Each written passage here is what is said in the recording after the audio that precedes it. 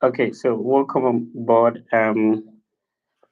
It's another session with the Fed Effect. I'm here to respond to any questions you might have about your process in terms of studying abroad, either about scholarships, admissions, visa processes, or study permit applications. You can join us live. Do me a favor and share the session so that somebody else could join in. If you like it, I would really appreciate it. And if you share, that would be great so that somebody else can join in. Let me know where you're watching us from. We are live on the Fred Effect YouTube page. We are live on X, and we are also live on Instagram as well. We are live on YouTube too. So let's hear from you. Which country are you watching me from? And if you want to ask your questions, you can join us live on X. Request, I'll be happy to approve it.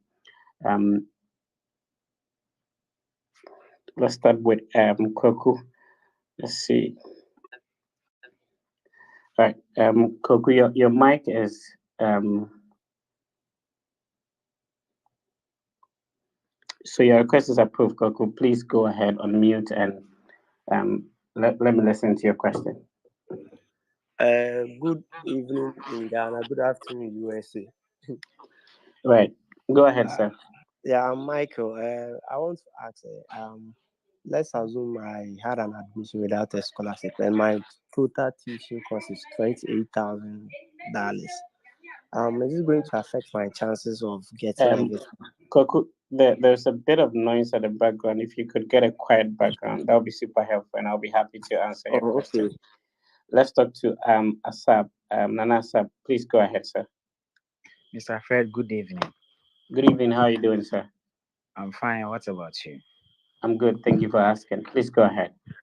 Okay, Mr. Fred, please, can you give me schools that I can apply for Master of Science in Nursing with my diploma in registered nursing?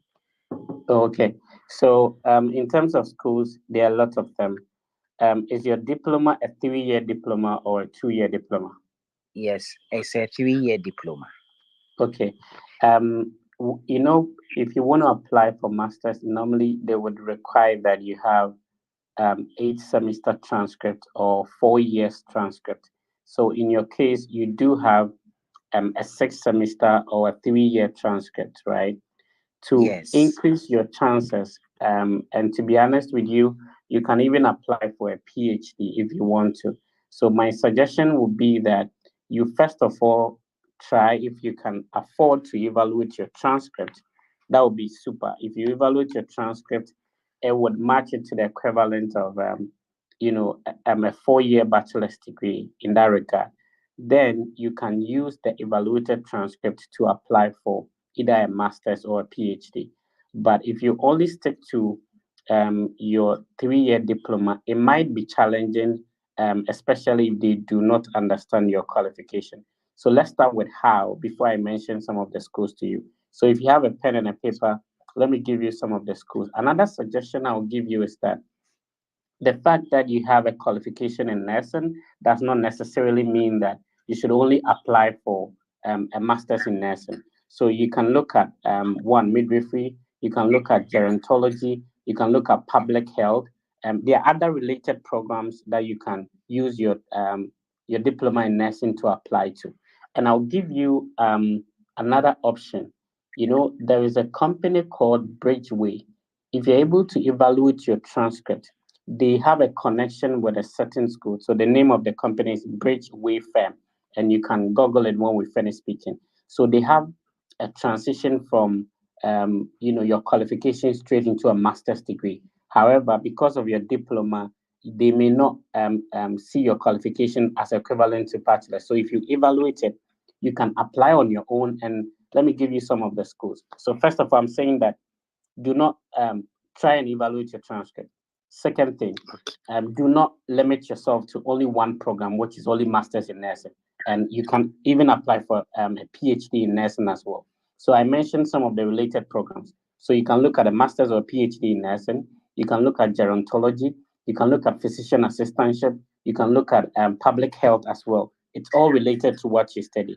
Now, another option I'm giving you is that there is a company they have a connection with a certain university already. So when you go through them, they are going to get you admission and a full scholarship, and they will even pay for your flight ticket. So you don't have to apply to the school. You apply through them. Once you pass their interview, they are going to help you out. I hope this is like a lot of information I've given you already. All right, let's talk to Kwaku now. Kwaku, do you have a good background? But before Yes, you come I in, think just give me so. a minute. So you're welcome if you just join us. You've not missed a lot. We just started.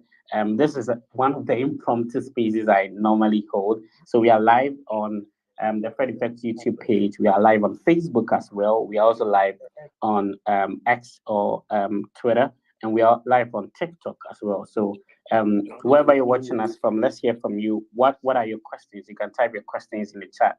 I'll be happy to respond to them.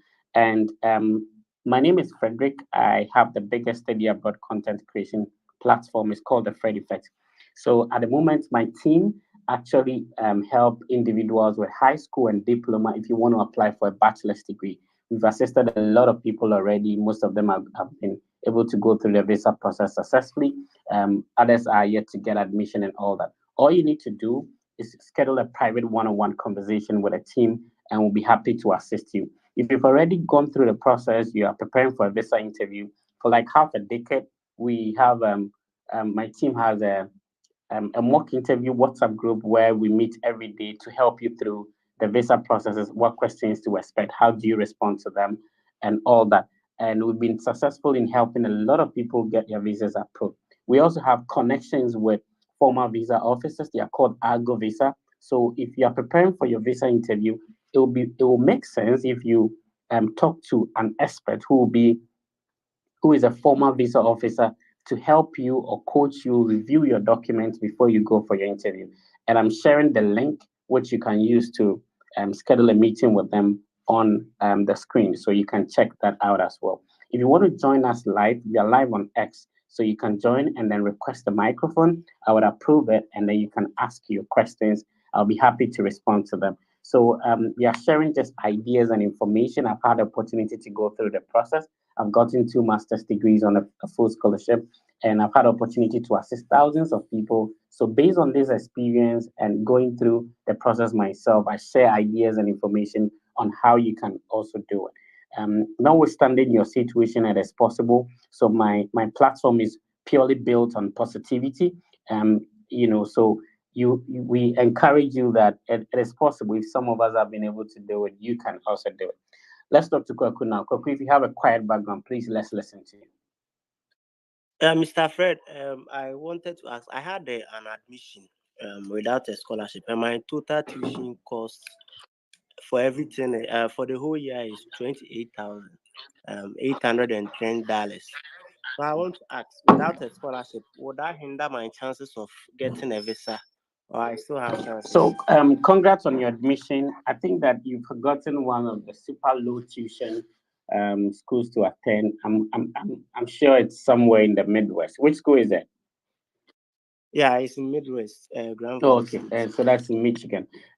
Yeah. So congrats on the admission. What you can do is that I made a whole video, I think a 20 minutes video about the various avenues you can explore to be able to get a scholarship.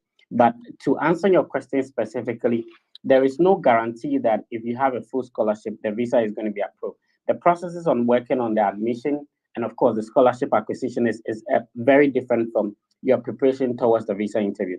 In fact, I've had opportunity to look at the documents of people who had PhD full scholarship and yet got a visa refused. So yours is to be able to prove that you'll be able to support yourself financially. And once you've received your I-20, it means that you submitted a sufficient financial statement to the school before your I-20 document was released. So please be confident, be able to practice very well for the interview, and at the end of the day, you'll definitely be fine, bro.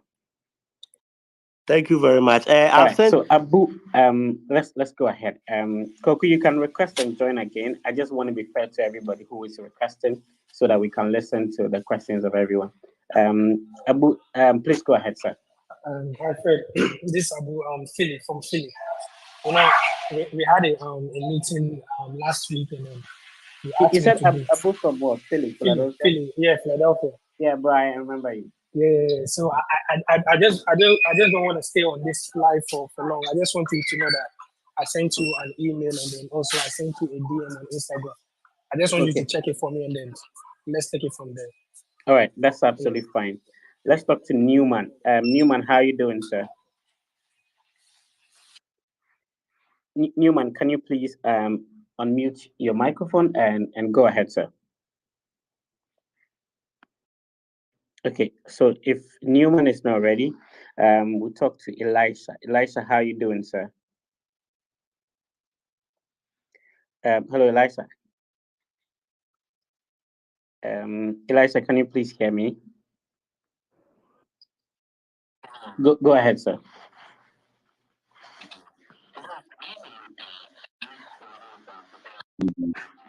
Are you using a headset? No. Okay, so it's a bit okay. Go ahead. I was finding it difficult hearing you. I have an HND in computer network management. Then I want to proceed. Okay. Are you on loudspeaker or something? You said you have a qualification in computer what? I get some of your words, but I don't get everything. Computer network management. Computer network management. Okay, go ahead, sir. Yes. And I want to do a bachelor degree in computer science or a master's in software engineering. I wanted to know the requirements for which schools to apply. Okay, so first of all, let me understand. You said you have, is it an HND or what's your qualification? Another bachelor's? HND. So is it a 3-year diploma? Yes, or is a 3-year diploma? Yes. Okay, so yeah, it's possible. In that case, when you're applying, you don't apply as a freshman, you apply as a transfer student. So what it means is that you'll be continuing from either level 300 or level 200. So yeah, it's highly possible you can do that. And just like I said, if you want to apply for a bachelor's degree, my team currently assists for free. So if you need assistance, we can. But of course, if you check on my YouTube channel, I've posted a lot of videos on universities that you can go through the process. I explain how you can go through the process and you can apply on your own if you can even use your phone to do that. So it's highly possible, sir. All right. So I'll read some comments and then we proceed from there. Remember, you can join us live on Twitter, and you can also request so that you get your questions answered. If you're new to the platform, do me a favor by subscribing. If you click on the like, it contributes a lot. Please try and support. We are doing all our best to also support you. So please, if you a like or a follow or a subscription would go a long way to help us. All right, let's talk to Arab. I don't know if I'm getting your name right, but Arab, please unmute your microphone and go ahead, please. Arab, let me know if you can hear me. Okay. Arab, you have Okay, yes, I can hear you. Good evening from my Good evening. How are you doing? I'm fine, thank you. How are you doing, sir? I'm good. Thank you for asking. Please go ahead. Okay, yes. So I have a 2-2 degree from Bachelor's of Biochemistry, and I evaluated my transcripts, which and I have 2.97 out of 4. And now most schools, their requirement is a 3.0. I even applied to some. I spoke with you one time that I was like, should I write the GREs? And they told me I should use the money instead to apply to other schools. But recently, I've just been hearing, we're sorry to inform you that you did not get. So right now, I don't even know what to do and how to proceed with my admission. After the evaluation of your transcript, what was your CGPA? 2.97. Okay, so you have to understand that even if you have 4.0 over 4.0, there are still some schools that would deny your admission. Yes, I know exactly. that. So you have it's okay to get rejections when you apply to schools.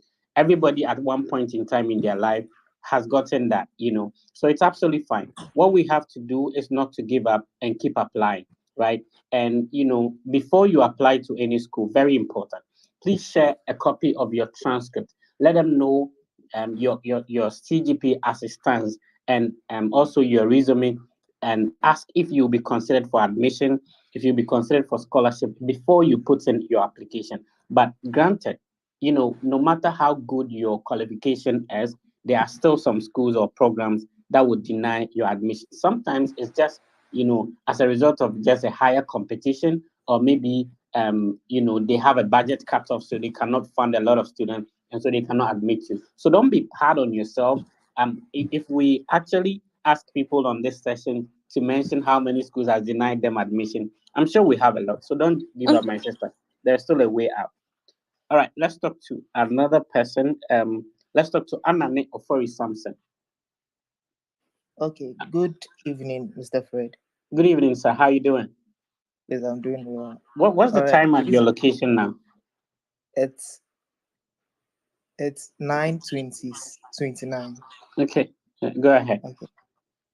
All right. I recently got admitted to the Master of Architecture program at the Sanford School of Design and Visual Arts, and I had partial funding.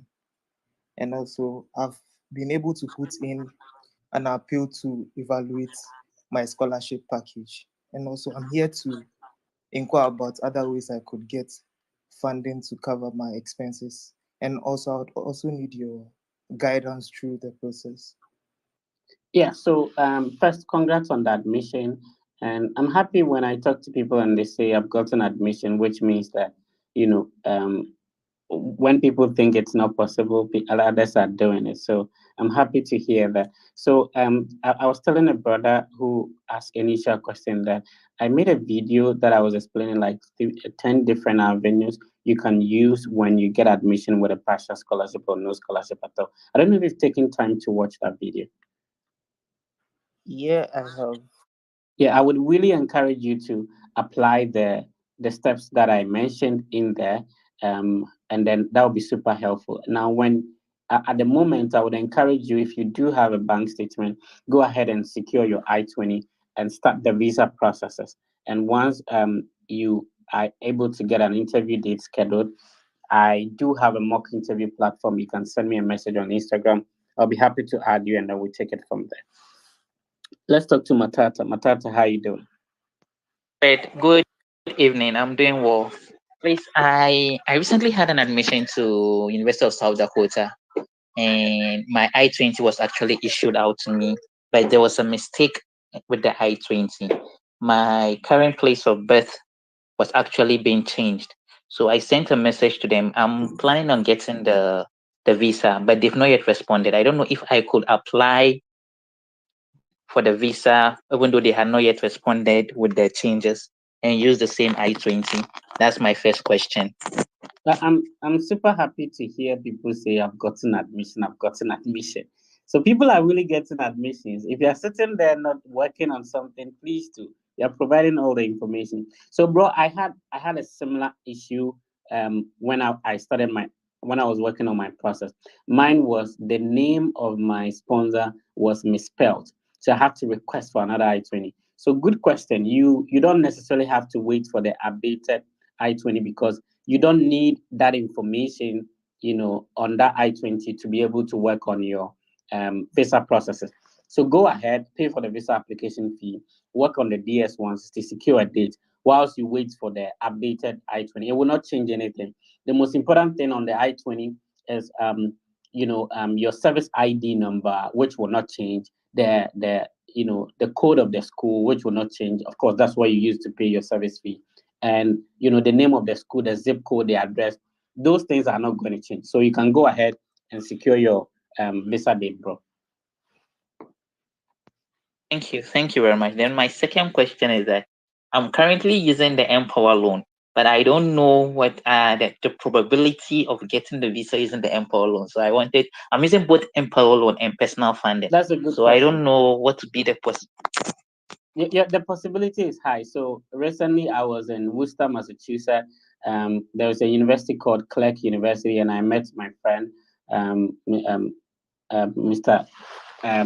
He's one person I used to be at Wetinga, and he came on the Empower loan. Guess what? He got the visa approved. That's why I met him in Massachusetts. So yeah, the possibility is high. Put in a lot of preparation. The first thing is that you wouldn't be the first person to get your visa approved on an Empower loan. Neither would you be the last person. So, bro, it's highly possible you can do it, Matata. All right, let's talk to Mr. Richard. Mr. Richard, how are you doing? Yes, I'm doing well. Okay, so my question is I'm a physician assistant. That's a degree course in Ghana. Okay. I wanted to have a second degree.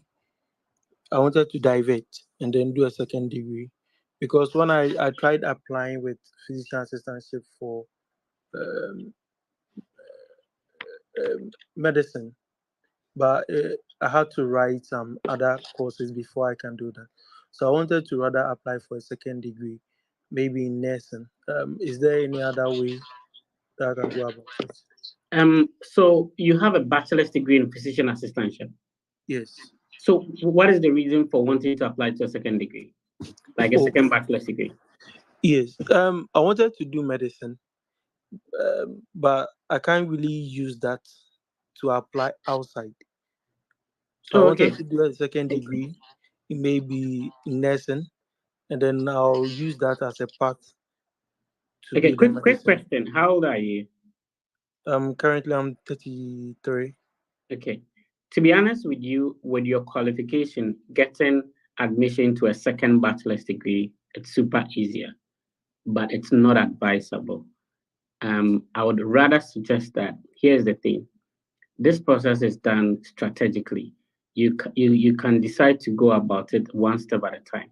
With your bachelor's degree, I would encourage you to rather go in for a master's degree.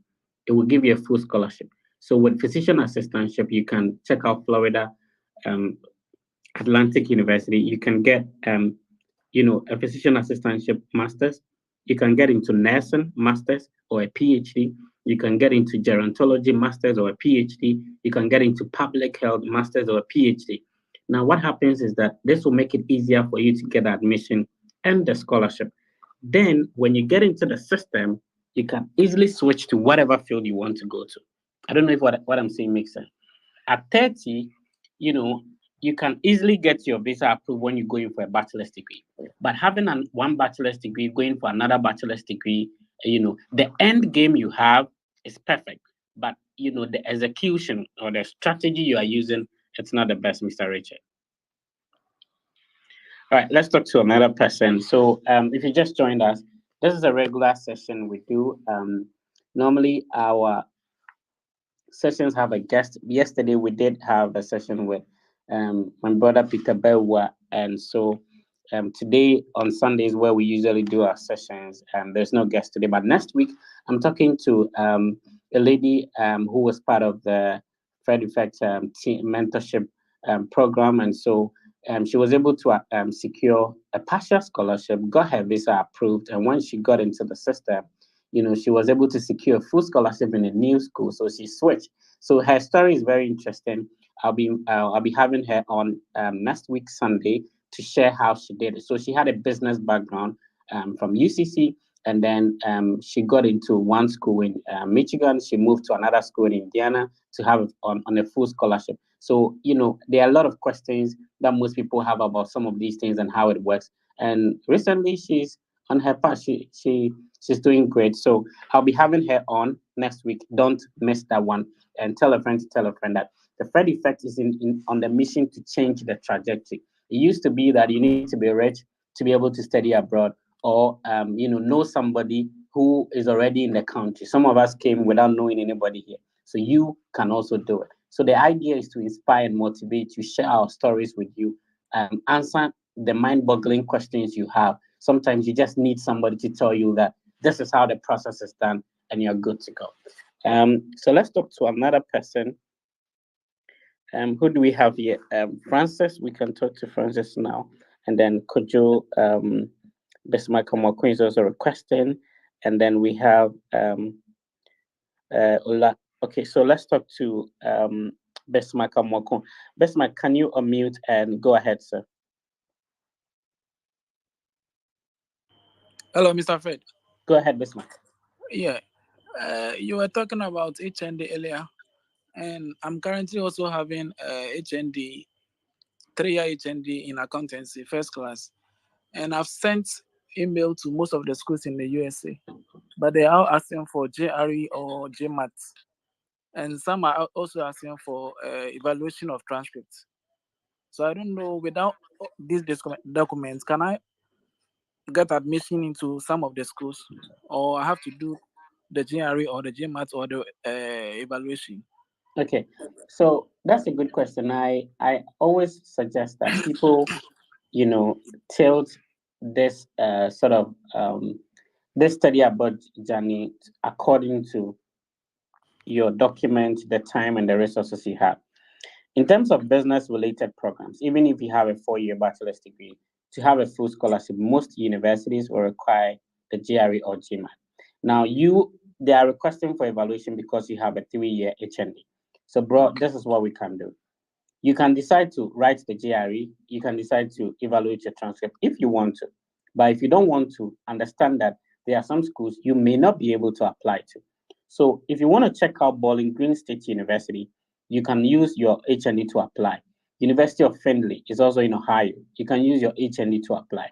Understand that most of the business related programs, without the GRE, you may not be able to get a full scholarship. So this is the suggestion. How do you go around it? One, you can decide to opt for what we call a dual master's degree. So if you check out University of Utah, for example, they have a dual master's degree, which is a business related program. So maybe business analytics plus accounting. Then in that case, you'll be able to get a full scholarship. Okay. Now, there are some schools that, with or without you having a bachelor's degree, master's degree, or whatever, once you want to apply to that school, the evaluation is compulsory. If you don't want to do it, it means that those schools you cannot apply to them. So the evaluation would actually help you out in the sense that most of the schools that require evaluation, competition is low. Two, if you're able to evaluate your transcript, you have a 3-year diploma. It matches your equivalent to a 4-year bachelor's degree. So it makes it understandable or comprehensible to them. Other than that, if somebody has a 4-year bachelor's degree and you have a 3-year transcript or a 6-semester transcript, they will choose the 4-year transcript over yours. So it depends on how you want to go about it. The next option I'll give you is that in terms of your qualification, you can shift to other fields. Like if you want to move a little bit from the business related field, which will not give you the funding, to maybe public policy, international relations, international studies, public administration. If you change the field a little bit, the fact that you have a qualification in accounting does not necessarily mean that you can only apply for a higher education in accounting. You can definitely switch to a different field, bro. Okay. All right, let's talk to Kojo Mines. Kojo Mines, how are you doing? Okay, I'm doing very well, sir. Go ahead, sir. Please, my question is, I went to pay for my visa application fee to book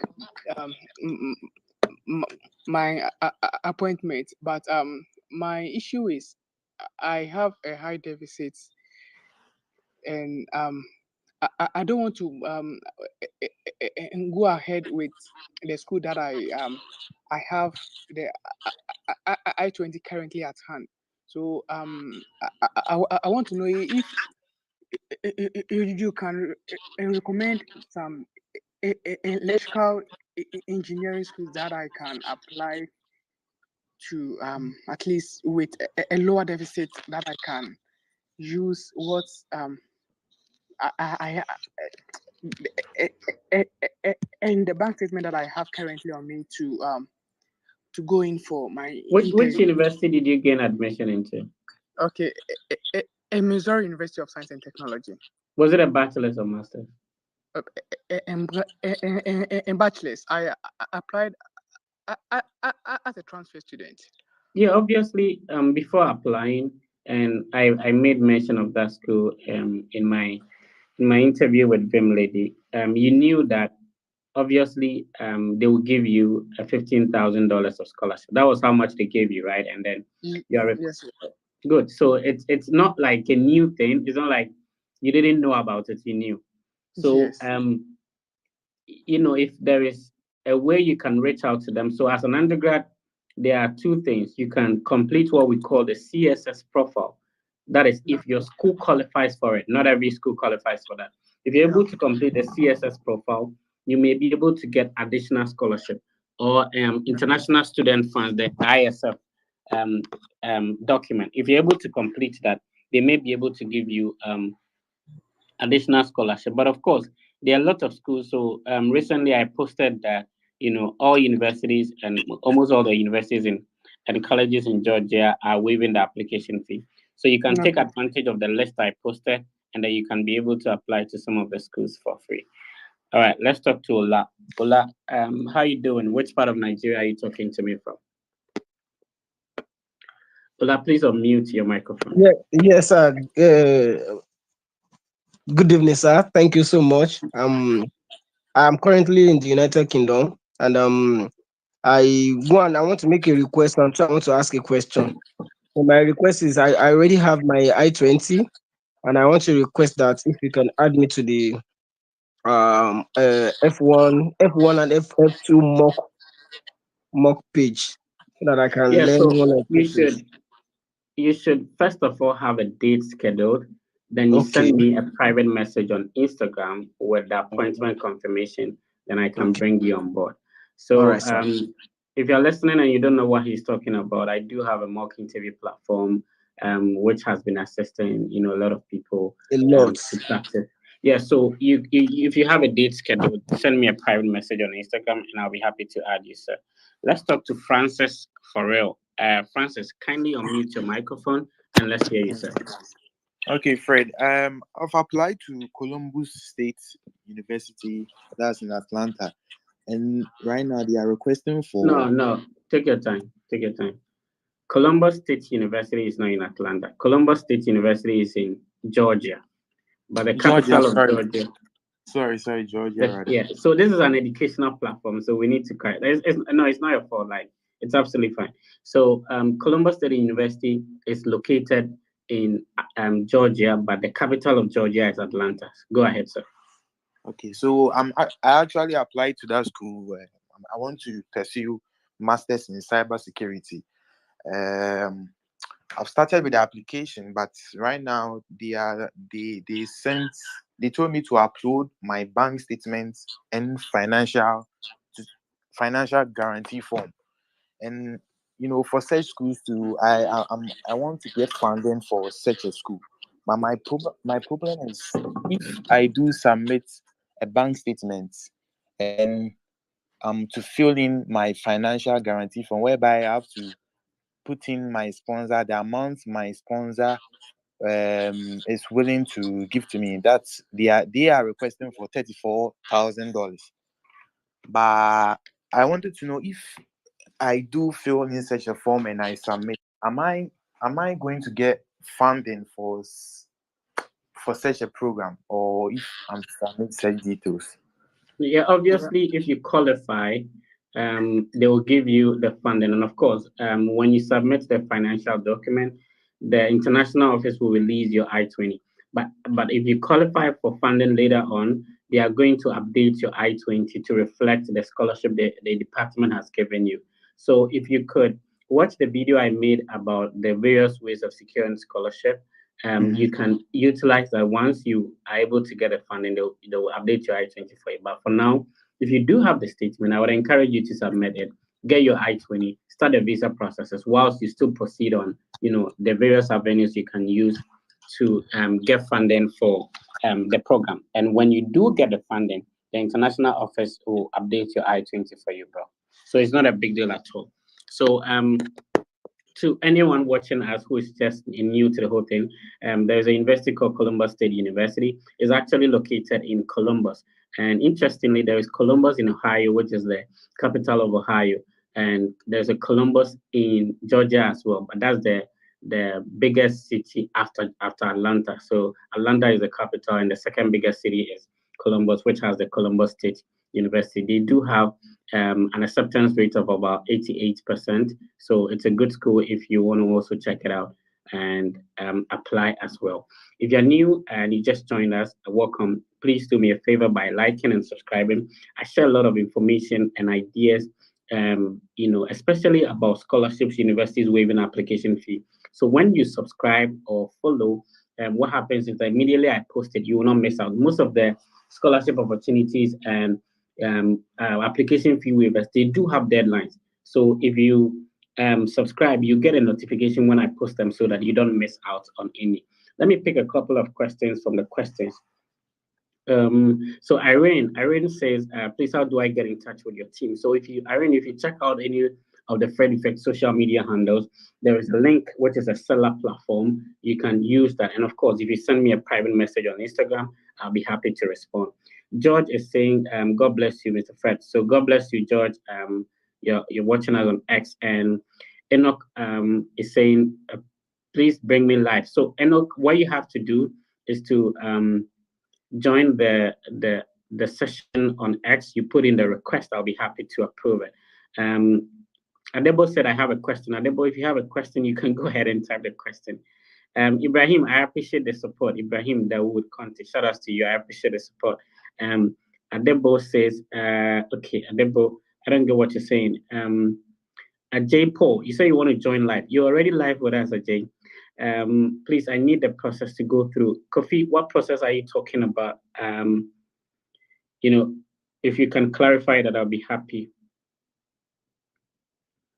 So Kojo Boatin is saying, what do I do to get a date closer to my reopening date? That is August 28th. So Kojo, what you have to do is to put in an emergency request. And if you do that, when they approve it, you're able to get a date. Yesterday on my mock session, one of my mentees said he put in the request and then he was able to get somewhere in May. So you can do that. So people thinking that there's no interview date available, no, don't worry about that. You have to just secure the date available. You may get somewhere December thereabout, which is absolutely fine. And then you put an emergency request. And when it's been approved, you'll be able to select a better date.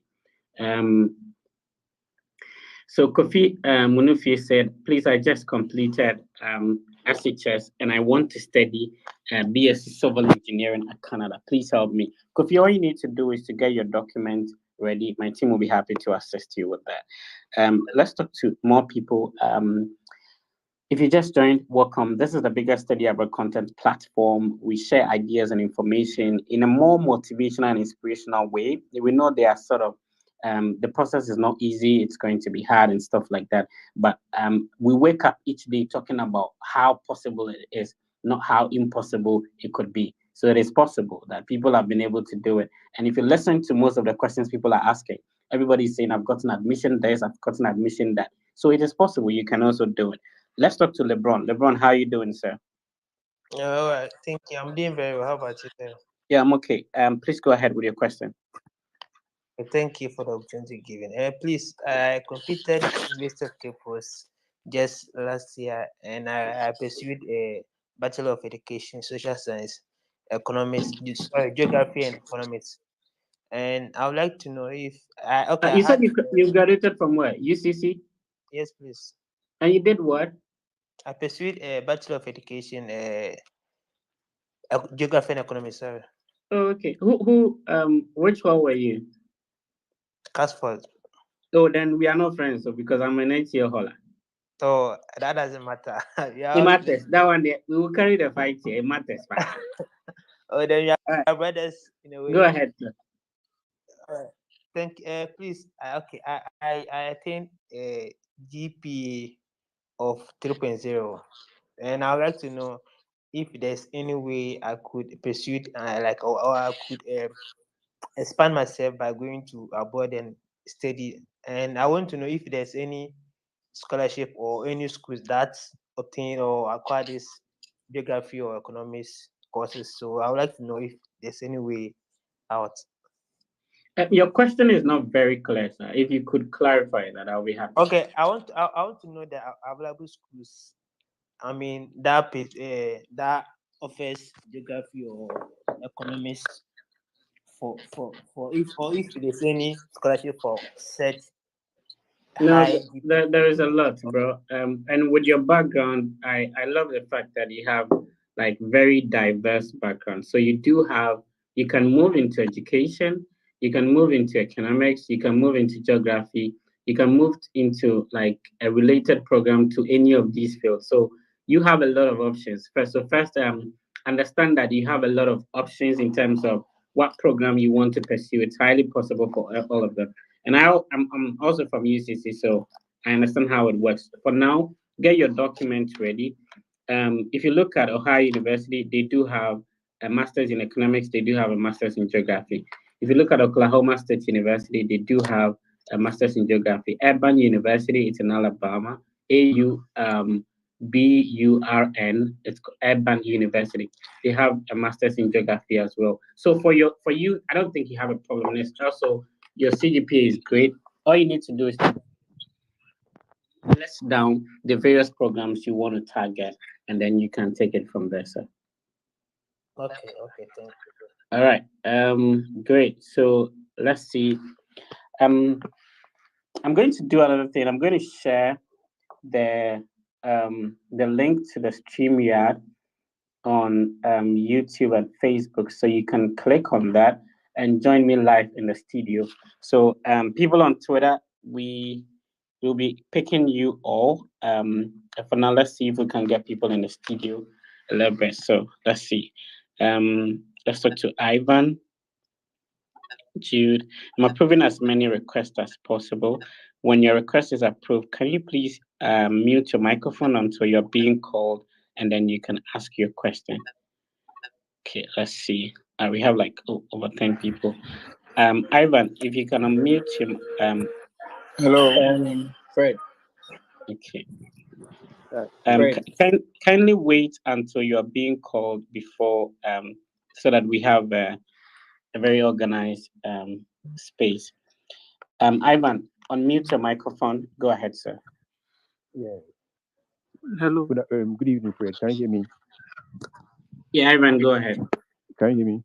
Am I clear enough? All right. So I have a few questions to ask. Ivan, can you speak up a little bit? Is it better now? Okay, let's manage this. Go ahead. Yeah. So go ahead, Ivan. So I was asking about the visa opportunities, because I was considering applying for the visa outside Ghana, and I wanted to know what you think about it, and which country would you think I should go for in terms of applying the visa outside Ghana, since it's... Why do you want to apply outside Ghana? What do you say? Why do you want to apply outside Ghana? Why do you want to apply outside Ghana? Because of the dates. Because I feel like there's unavailability of data at this point in time. So that's why I'm concerned. There are dates available, and when you apply, granted, you may not get a date within which fits within the time that your school will be resuming, especially if you're looking at fall 2024.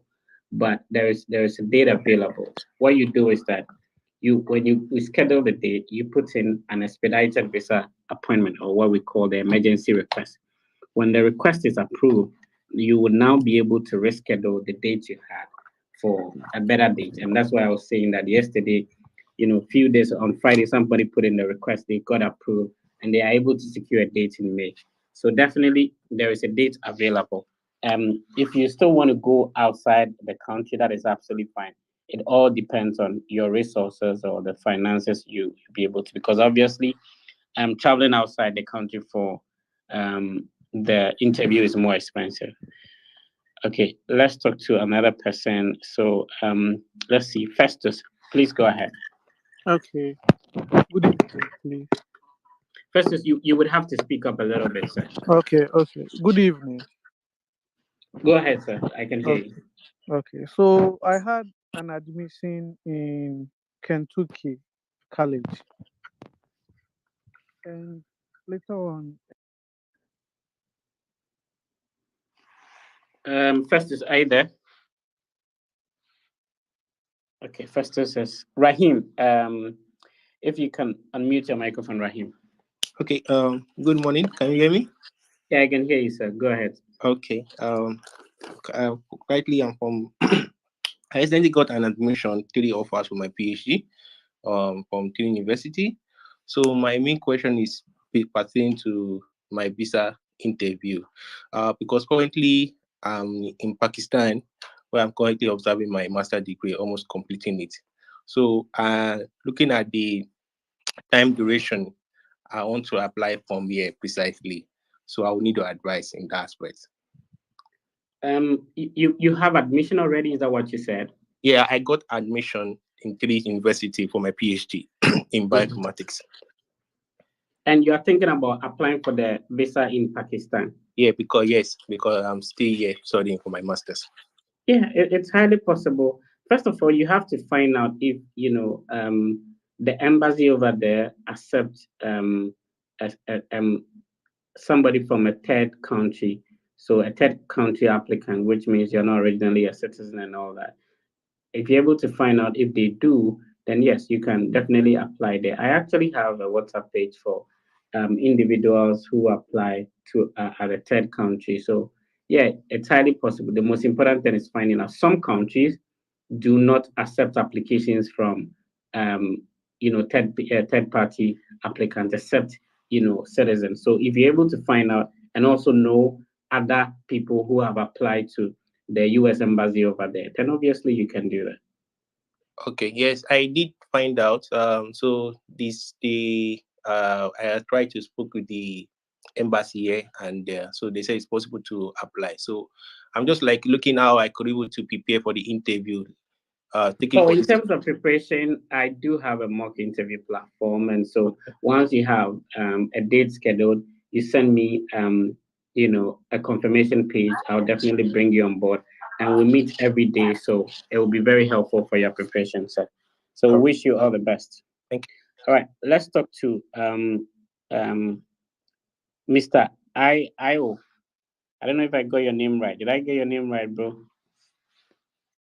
Yeah, good evening, Mr. Fred. Good evening, sir. How you doing? Fine, thank you. Right. So I'm currently in South Africa. I had an interview last week, and I think the visa officer didn't understand why an agribusiness owner was funding my education. To study criminal justice. So he refused me, and I came back. There was dates available, so I rescheduled it. So I'd wanted you to add me to the WhatsApp group so I can. Oh, it's simple. You just have to send me a private message on Instagram and share your appointment confirmation. I'll definitely send you the link. Yeah, I just did, but it came as an invite. Yeah, so I would have to, because maybe we've not chat on Instagram before. That's why. So I'll see it and I'll definitely respond, bro. All right, let's talk to Newman this time around. Newman, how are you doing? Please, I'm doing good. How about you? Yeah, I'm okay. Thank you for asking, sir. Thank God. Please, I contacted a lecturer at Iowa State University. Please, can you hear me? I can hear you, please. Fortunately for me, he was a lecturer in Kia University. He was a student in Kia University, and then now he's a lecturer at Iowa State University. Great. So when I contacted him, he replied and he told me that he's going to speak to the department to see whether they have funding for me or not. Mm-hmm. But he was much interested in whatever that I discussed with him.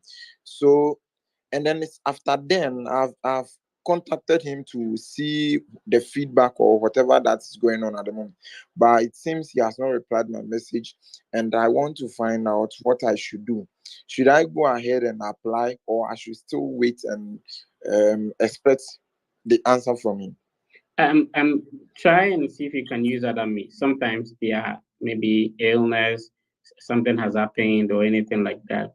Other times too, maybe the messages are too much, so you have to relax a little bit. So maybe there could be something happening. That's why you've not been able to hear from him. If you could get in touch with other students who are probably international students in the same, and check up on him, or maybe another professor in the department, I think that would be super helpful, bro. Let's talk to Kweku May. Kweku, how you doing? Yeah, hi, Mr. Fred. Good evening. Please, I hope you are fine.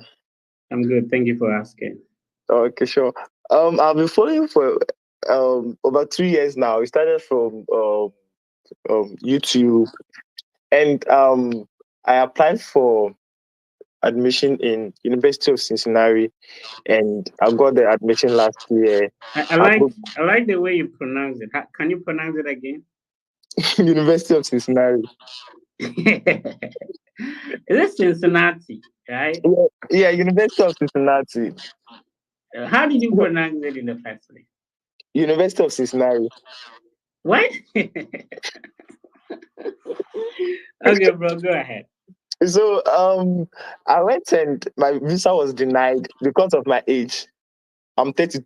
I'm 31, and I'm going to do undergrad.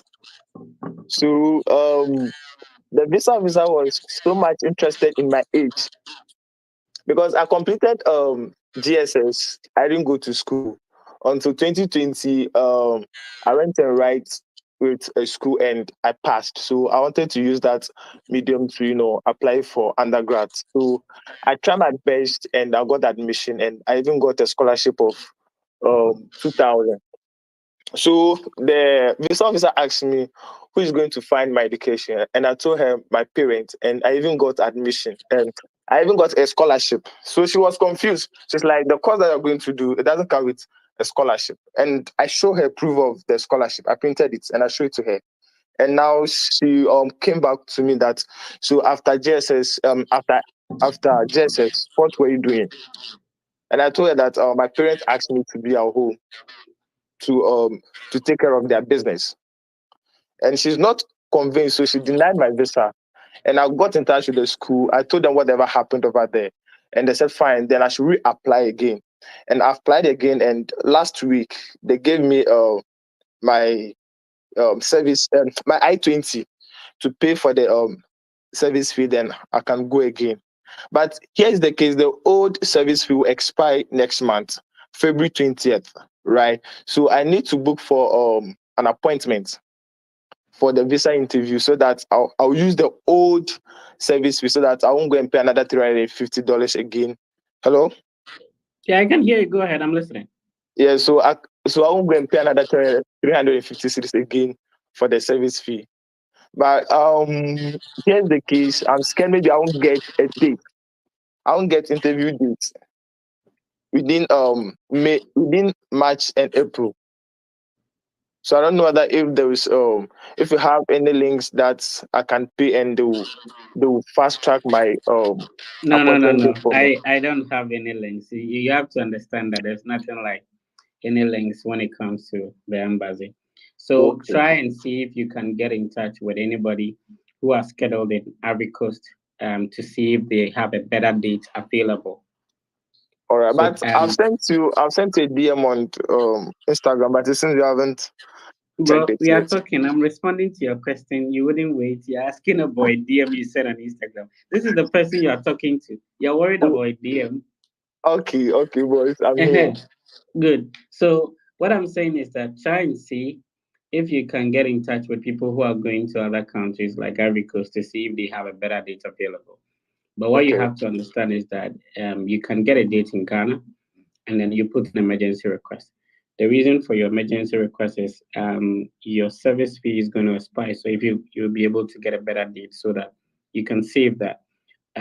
Alternatively, you can also let them know that your program starts date is actually earlier than the program the date you have, and then they'll be able to give you an approval for that, and you can get a better date. So find out from other countries. Yesterday I was talking to somebody who said he was going for an interview in Namibia. Wow. Yeah, so Ali to Daniel, can you please hear me? Yes, good evening, Senior Fred. Go ahead, sir. Yes, I hold a diploma in general nursing, and I recently also did my BSc in nursing. I initially applied to a school in Canada, I submitted the visa application, but was denied on grounds of insufficient funds. I'm right now considering to apply to schools in the US, but I have looked at the alternative of having my transcript evaluated by WES. But when I checked on the WES platform, they have various forms of evaluation. And there was one, they were asking me whether I don't know whether I should go in for nursing course evaluation or I should just go for educational course evaluation. The educational course evaluation will be and then if you go for the nursing, it will restrict you. And you don't have to go in for a professional evaluation. So there's evaluation for work, there's evaluation for school. And with the WES website, they even give you opportunity to select different countries. So US, I think New Zealand, and then the Canada.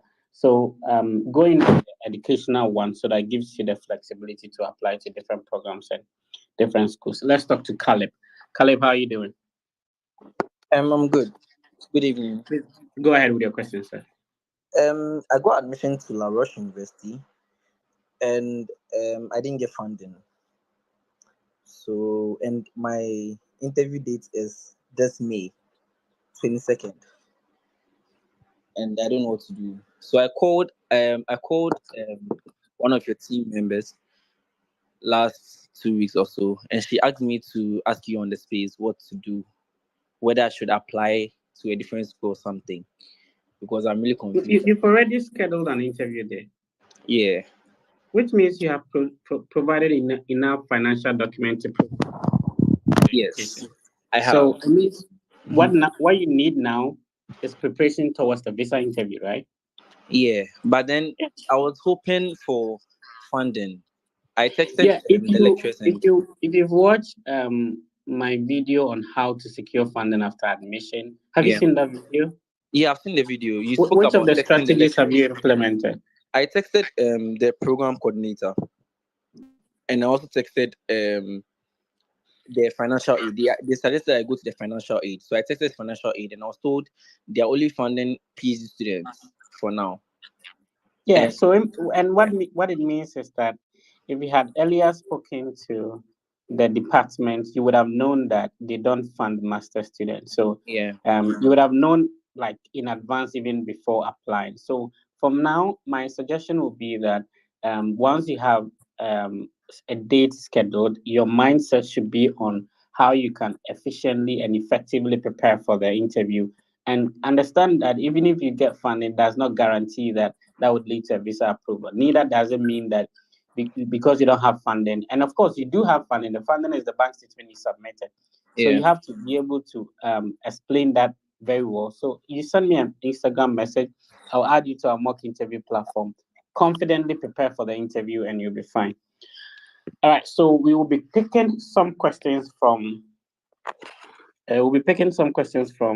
the StreamYard platform. So I shared it on my on Facebook and on YouTube as well. So you can click on that and join us in the conversation.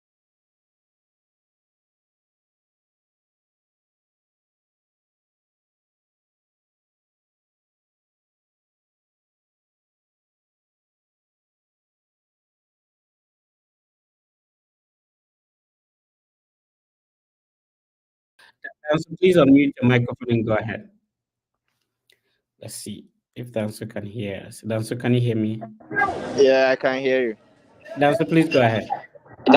Please, Mr. Fred, my question is, I used the WES IGPA calculator on the WES website, and then I had a CGPA of 3.29.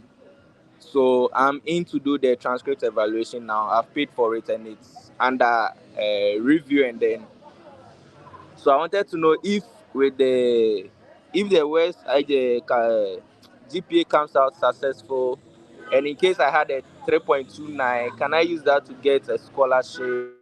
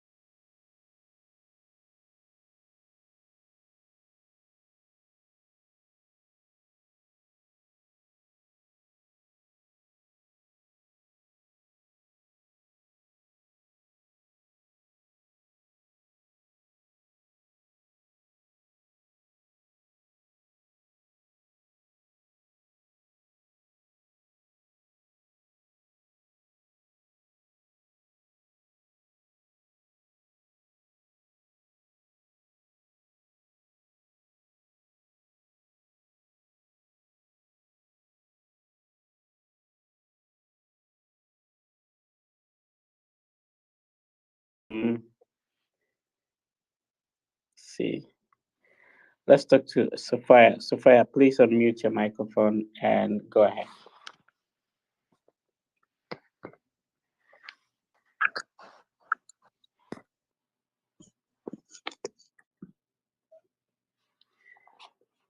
Sophia, unmute your microphone and go ahead. Okay. Good evening. Just a minute. So those listening, if you're listening to me via Facebook or YouTube, let me know if there's still an echo, or if it is better now. Okay, if you're watching on Facebook, let me know from the comments if there's an echo or that is better now. Okay, can I talk now? Yeah, go ahead. Okay, good evening. Please, I've had an admission at Bowie State University. Did you say Ball State? Bowie. Boyd. BOWI. Yeah, Boyd State University. Okay. Okay.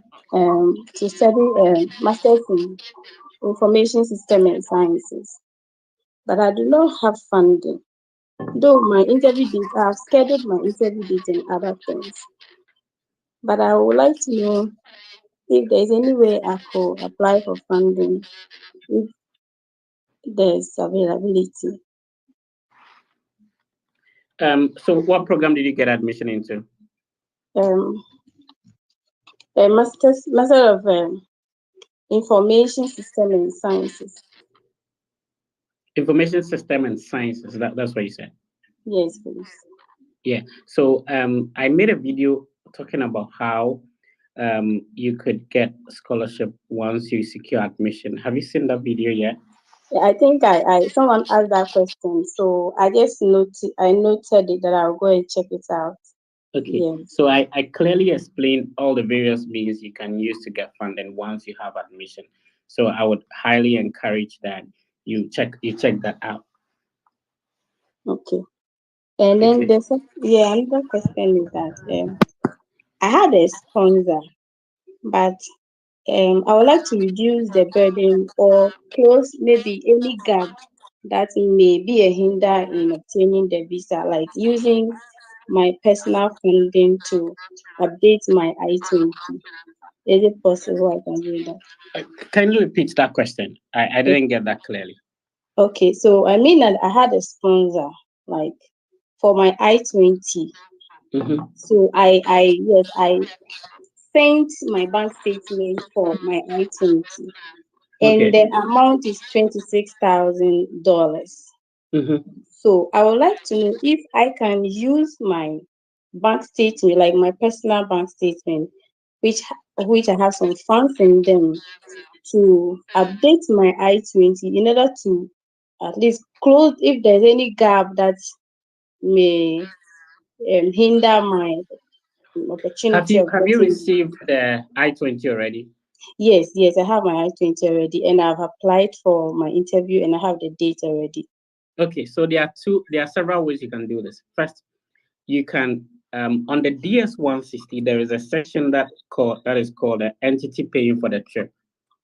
Okay. So you can use self, and then you can add your bank statement to your sponsor statement, giving you enough money for the interview.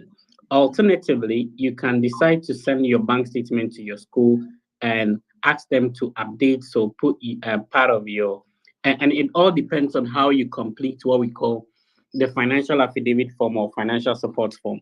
So if you're able to send it to them, they will be able to update that for you, Sophia. Okay. All right, and once you have a date schedule, you can send me a message. I'll add you to the WhatsApp group. Let's see if you can talk to Miss Kudney. Miss, let me know if you can hear me. Hello, Miss Kudney. Can you hear me? Yeah, I can hear you. Yeah, please go ahead.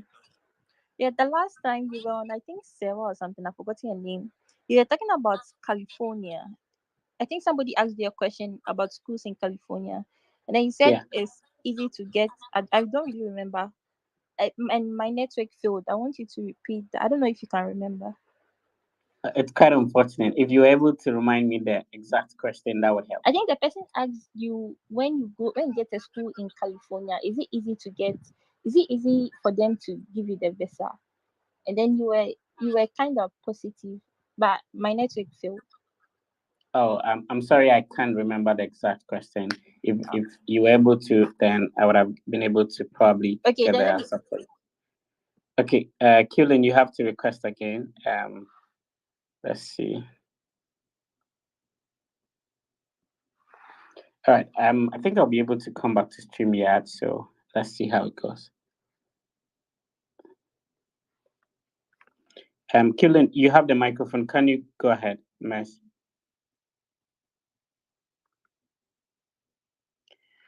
Okay. All right.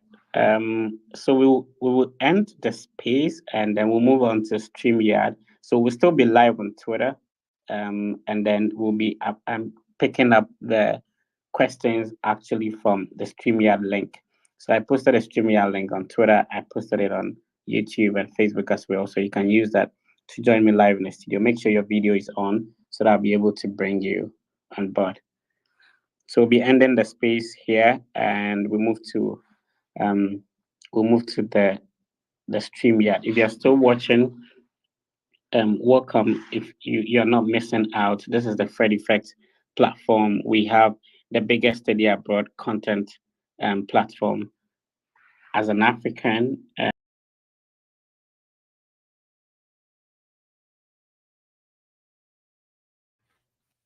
we're also on Twitter, so or X, and on TikTok is the same name, the Fred Effect. So every weekend, we are on here to share ideas on how you can go about the whole process and also share information on how some of us were able to do it and motivate you on how you can also get it done. So right now I'll be picking the questions from the StreamYard link I posted. We have over 500 people watching us live across our platforms, on YouTube, Facebook, Twitter, Instagram, and also X as well. So you can put in the request via the StreamYard link. I'll be happy to approve it and we get to talk. Let's see if we can get somebody on. Your name is Awukubia. Awukubia, you can unmute your microphone and go ahead.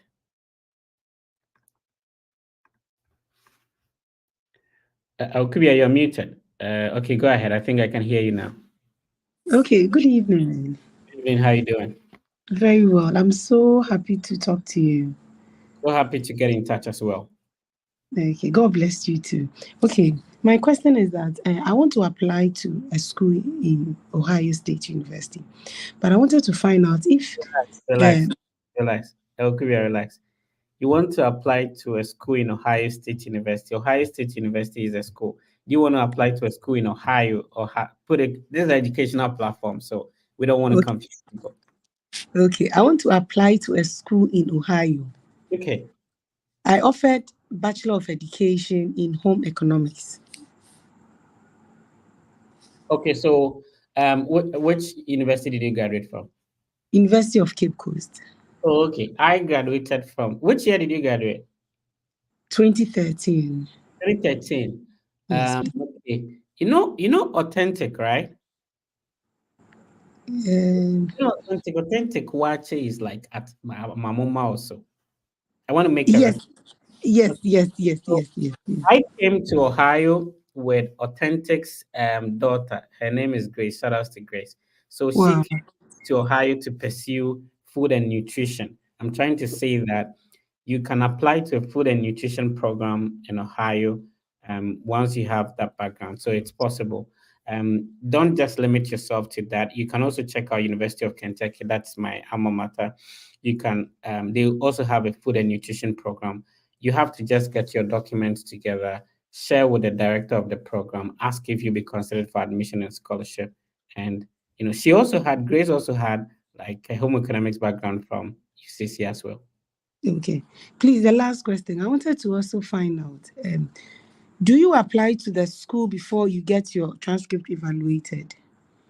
Oh, no, you use the transcript, the evaluated transcript to apply. Now, That's a good question because not every university requires evaluation. So that the two schools I mentioned, Ohio University, which is the university I graduated from, University of Kentucky, I also schooled there. They don't require the evaluation. So if you're applying to a school that do not require the evaluation, then it means that you don't have to evaluate your transcript. So if they require, then you evaluate it before you apply. Please, the last question. I thought you said you had the last question. So I cool. beg you. What happens is Yeah, that we need yes, to only get one. people on board. So if you want to ask again, you have to request. Let's be fair to other people as well. So you have to unmute your microphone and go ahead. Hi, Fred. Hope Go you're ahead. good. Yeah, I'm good. Yeah, I've had admission to University of New Haven, and then the scholarship was 20%. The cost of attendance is 40,000 USD. Okay. I know, yeah, you've been doing this for a while. I just wanted to know the deficit is about 32,000. Is it something feasible that I should pursue as being someone that have been doing this for a while? Yeah, so New Haven is in Connecticut. I was in Massachusetts, so we're close. I have a couple of friends who got into University of New Haven. The most important thing is you being able to secure your I-20 and go through the visa process. How much of scholarship did they give you? It's about 8,000. How long, if you're supposed to stay in Ghana, how long do you think it would take you to get $8,000 in your pocket? How long? Yeah, how long would it take you? Some years. Exactly. And how much did you pay to apply to the school? I think it was $30 or $50. Yeah, $30. You and I know some people go by desert to go abroad, right? Yes. Bro, the admission alone and the scholarship, it's a big deal. If you have a cup filled with water to the middle, don't call it half empty, call it half full. I would encourage you to proceed with this process. You'll be fine. Anyway, let's talk to Besmak. Besmak, welcome on board. How are you doing? Yeah, Fred, I'm very fine. Go ahead, sir. Okay, right. Thank you. I've applied to some of the universities in US. Okay, and then one is University of Notre Dame. I'm currently waiting for admissions. It's not yet in, but I want to apply to another school. But then I wanted my transcript to be evaluated. The process, I am not able to, go through the process well because I understand I have to do it either by education, professional, or something. I don't really get the process well, so I don't know whether if you can help me with that. Okay, so first of all, you visit the WES website. So the website is wes.org, and I can quickly share my screen so that I share with you. I'm trying to see if I can share my screen and put it on there. Okay, so here is it. It's called wes.org. So once you get here, you click on Get Evaluation, and then you select the country you want to use. So the evaluation for Canada is different from New Zealand. It's also different from the Canadian one. So if you do the evaluation for US, it means that you'll not be able to use it to apply to a Canadian institution. In the same vein, if you do the evaluation for New Zealand, you wouldn't be able to apply to a US institution. So you choose the country you want, you type in your email, and then the rest of the processes will begin from there. So this is how you go about it. Now, when you are done, your school can directly send it via email, your transcript via email, or they can mail it to them. When the evaluation is done, they would send you an email. You will know in your portal so that you can take it from there. Your microphone is muted, Bismarck. Go ahead. Oh, sorry. I think I have tried this one. I've registered with them, but then when I try to do for the payment, that is, submit payments, I have to pay. I think one was $225. That's true. And then Yes, and then the other was $176. We have the basic, and there's another one, but I don't know which one I should pick. Should I go in for the basic one, or I should go in for the other one? It obviously depends on your finances. You know, even they have different types. So they have the course by course, which I would recommend that's what you go for. So obviously, Yes. that would 100% depend on your finances, Mr. Besnick. Okay. All right, let's talk to Isaac. Welcome on board, sir. Mr. Isaac, kindly unmute your microphone and go ahead. Hello, thank you very much, Fred. Okay, can you hear me now, please? Everybody can hear you, sir. Hello, can you hear me now? Everybody can hear you. Okay, looks like Mr. Isaac has a bit of a challenge. Hello. So let's talk to Mr. Abu. Mr. Isaac, if you could fix your connection, please request again. I'll be happy to approve it. Abu, salam alaikum. Alaikum salam, bro. Well, how far? Yeah, good. Abu, okay. So let's see. Let's talk to Emmanuel Bakin. Emmanuel, how are you doing?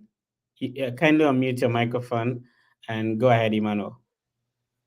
Okay, Mr. Fred, this is my question. I currently received admission and scholarship from Wingate University, but the scholarship was like 50%. So I emailed them that if I can get more funding, and they asked me to submit my parents' financial documents. However, my parents, like they work in the informal sector, so they don't have any like pay slip and those stuff. So I wanted to ask if you can give me any advice on such issues. Thank you. Would you be able to get their bank statement and all that? No, they don't have a bank account, so like they work in the informal sector. So I know there is a way mobile money could give you a statement of account. How about that? I don't really know if I can get that from their These mobile people work with documentations, right? The whole idea of you submitting the documentation is to be able to prove that your parents are not in the position, and you really have a good point. It's good that you got a merit scholarship, you pushed for more. If you're able to produce them the documentation indicating that your parents are not in the position to be able to take care of your education, then they'll be able to help you with more scholarship. So if it is a bank account, a bank statement that you can print and send it to them, or maybe a mobile money transaction, try and explain to them that they work in the informal sector. They don't even have a payslip. Now, they not having a payslip means that they don't have a consistent job where an income is coming in every month like the people who work in the formal sector. That is enough evidence to prove that they do not have enough funds to support your education, and they'll be able to help you out to get more funds to add to the merit scholarship you had. I'm really proud of you that you did not just rely on what they gave you and you pushed for more, bro. Ahmed, salam alaikum. Kindly unmute your microphone. So, hi, Mike. Hi, Fred. You can hear me? I can hear you, sir. Please go ahead. Yeah. So, Fred, I want to just get a confirmation. Is it possible, like, if someone was offered like uh, this instead of the J1, what's the for instead of the I-20, you got the D. Is it the other one that has to do with the government scholarship? DS 2019. Yes, 2019. Yeah, thank you for that. Is it possible like to change it back to like a J1 to the J1 status? Like maybe if not like book the pay the service fee and book the appointment for the visa and all that. So Ahmed, DS 2019 is for J1 visa already. Sorry? So DS 2019 is already for J1 visa. So is it possible? Are you asking if it's possible to get F1? Is that what you're saying?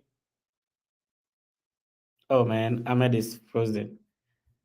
Okay. Ahmed's connection. Ahmed, request. Blessing, unmute yourself, sir, and go ahead with your question. You have. Okay.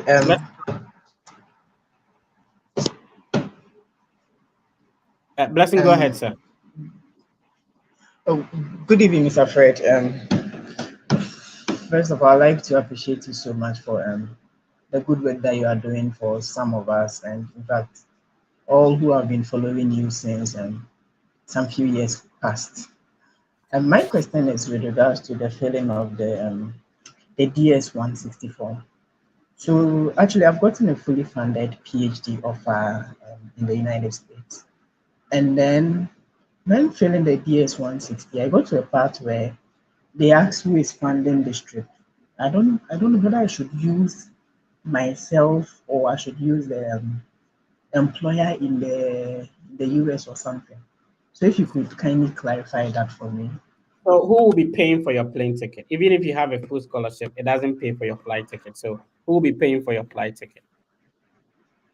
My parents. You've answered the question, sir. Oh, okay. All right. Thank you so much. And You're then welcome. the other question has to do with So currently I'm pursuing my master's in University of Ghana, and ideally I hope to finish by the end of July. Yes. So I wanted to know whether I don't know. I've booked the date, but then the date I wrote was somewhere in December, and I've been told that I can book an emergency one when I am within 60 days to the start date of my program. So I wanted to know whether probably I book in early July or something, and then I get to get a date before I finally submit my final thesis. I wanted to know whether it can affect my chances of securing the visa. Thank you. So let's clarify that. There are a couple of things happening. So one, sometimes the information on the website says that you need to pay the service fee before you put in the emergency request. Now, a lot of people, and in the past, most of the people I've assisted did not pay the service fee. They put in the emergency request, it was approved. A lot of things have changed. There has been a lot of metamorphosis. So it used to be that you need to wait for 45 days before you put in the request. It changed to 60 days. Even the visa application fee, which used to be 160, now changed to 185. A lot of things are changing. So my point is that you do not necessarily have to wait for the 60 days. You may get the emergency request approved if you put in the request now without having to wait for the 60 days. So there recently one of my people put in the request and it was approved, and the 60 days is not up to, but he got approved. So if you want to put in the request, please you can go ahead and do so. You don't necessarily have to wait for the 60 days. Christian, go ahead. And this is based on experience. For the embassy's website, it has that. But this is based on experience helping other people. Christian, go ahead. Okay. Good evening, Fred. Thank you so much. Please, I had admission to Western Illinois University with an international commitment scholarship of $4,000. I've submitted my financial documentation. I've gotten my I-20. I want to know if I should wait until final decisions are made before I proceed to book for visa, or I can continue with the visa application. Please book the visa interview as soon as possible. And you see the brother I was just talking to, he booked the date, he had December. So if you get a date in December, it's absolutely fine. And then if you want to wait until the funding decisions are made before you put an emergency request, then that's absolutely fine. But to book a date once you have an I-20, please quickly go ahead, pay for the visa application fee and do that. Okay, thank you. All right, let's go to Adebowale. Did I get your name right? Yes, sir. Yes, sir. Adebowale. All right. Good evening, sir. I want to use this opportunity to thank you for what you'll be doing for us. So, sir, I was admitted for my master's into Kent State University and Oklahoma State University in Masters in Human Development and Family Sciences. So in Oklahoma, no funding, and also in Kent, no funding. But I've been speaking with the graduate coordinator at Oklahoma State University. So he was telling me on WhatsApp that the grant he applied for has not been given to him.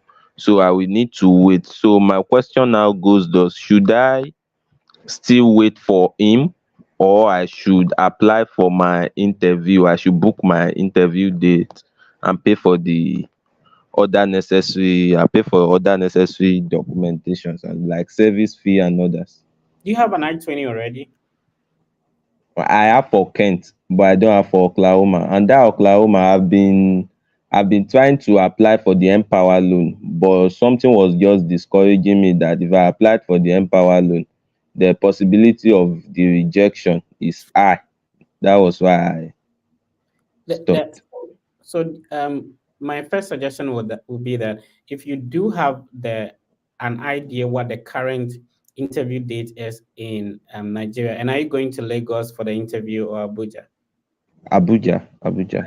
So if you're able to talk to people who have already secured dates there, know how the date situation is, that would inform you whether you can go ahead and use the current I-20 you have to get a date or not.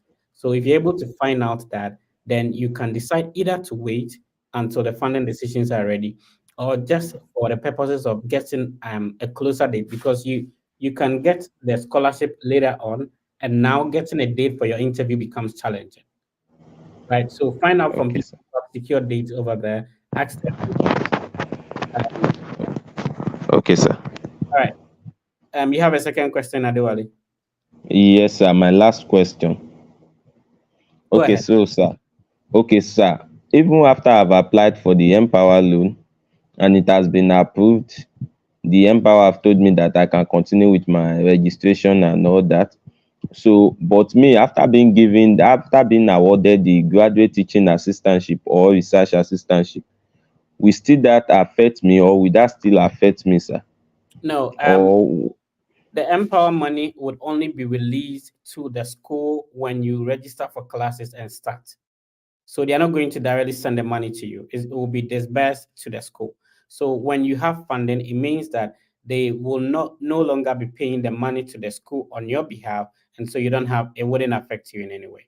I appreciate you for joining, sir. Ahmed, you're back, so unmute your But microphone and go ahead. sorry for the mix-up the other time. I have three questions. Okay, no problem. First, I don't know, please, can you just like summarize the difference between the I-20 form and DS 2019 form? What's the difference? Also, What are the differences? I-20 is for F1, M1 visa. So if Okay. you're so the student category of visa are three. We have the F1, we have the J1, and then we have the M1. M1 is for technical, those who are coming to do technical vocational programs, like Okay. pilot program, acupuncture, and all that. And then the J1 is for exchange students, and also for some teachers who are coming for exchange programs as well.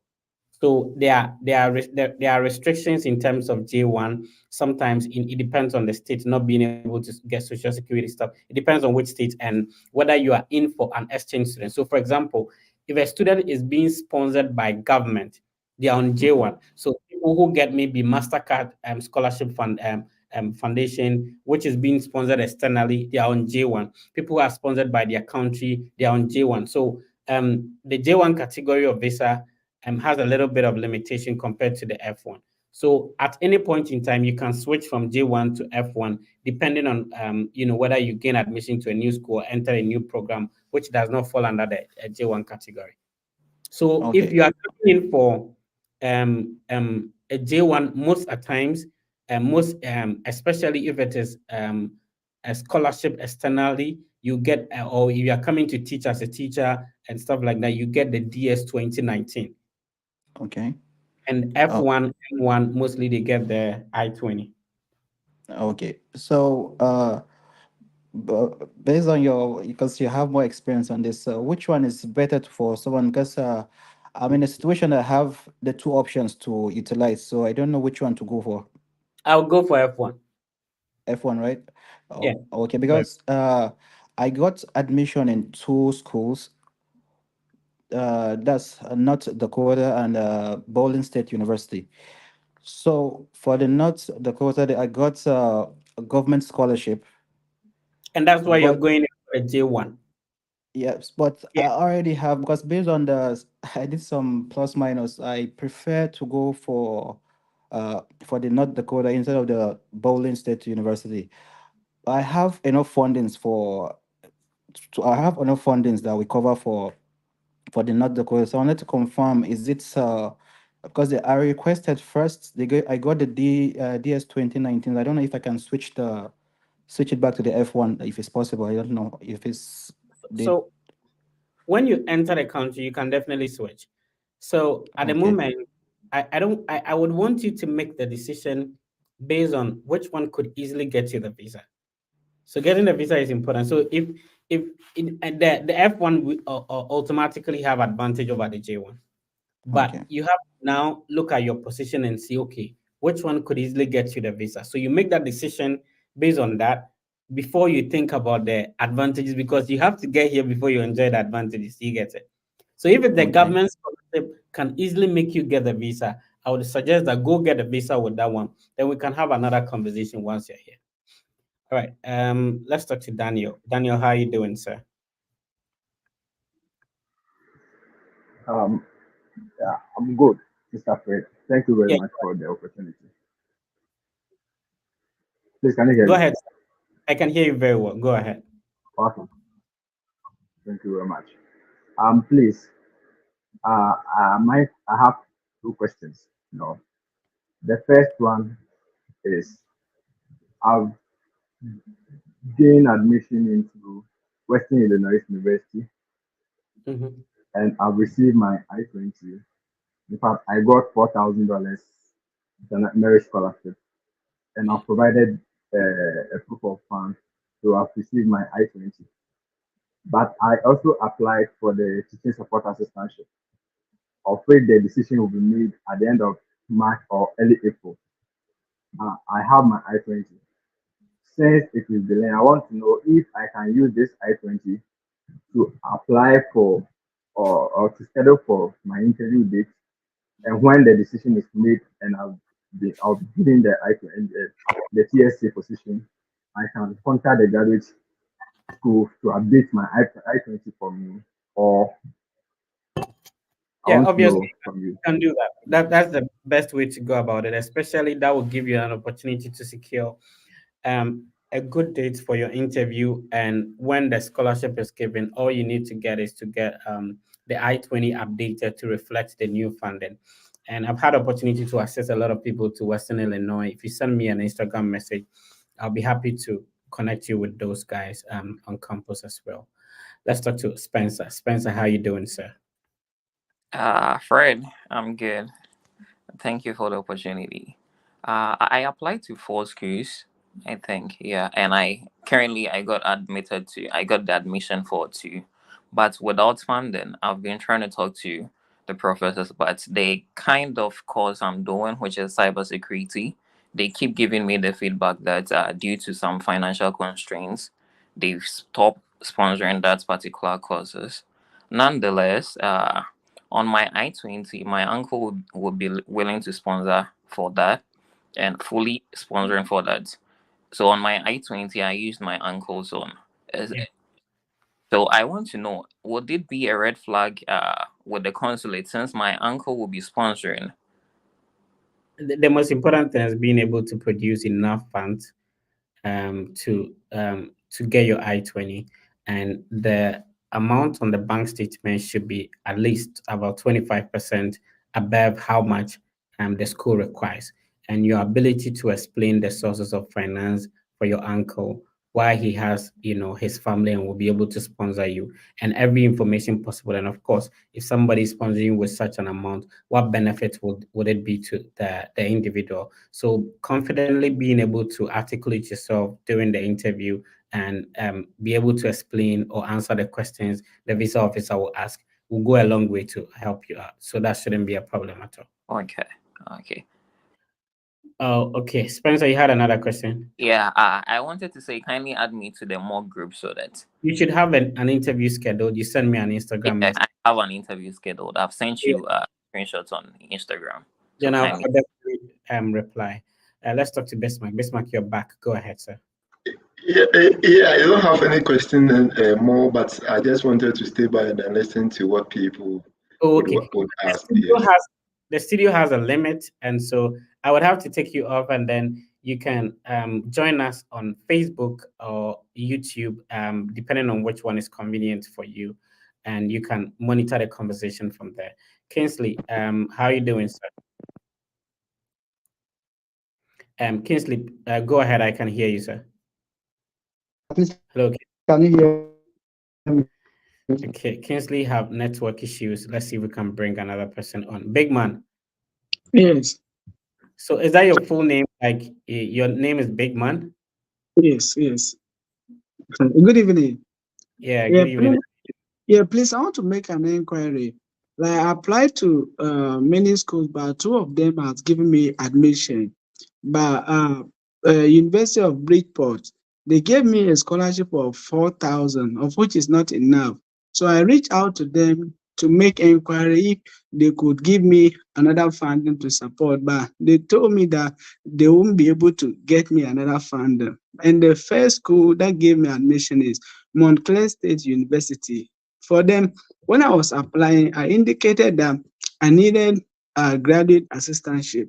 So after they gave me the admission, they sent a link for me to fill it. So when they sent the link, I filled the link and I submitted. So now I've not heard from them. And the thing is that I'm supposed to deposit graduate enrollment deposit, which is $200. But I tried to deposit it for about a week or so now, and like it's not going through. So I reached out to my coordinator, but like she said, she too doesn't know what is happening. So I used about 3 different browsers, but still I'm not able to deposit. So I want to find out if there could be something you advise, and also about the assistantship. Since now I've not heard from them. So what do you think I should do next? Big Man, let's keep your question very short.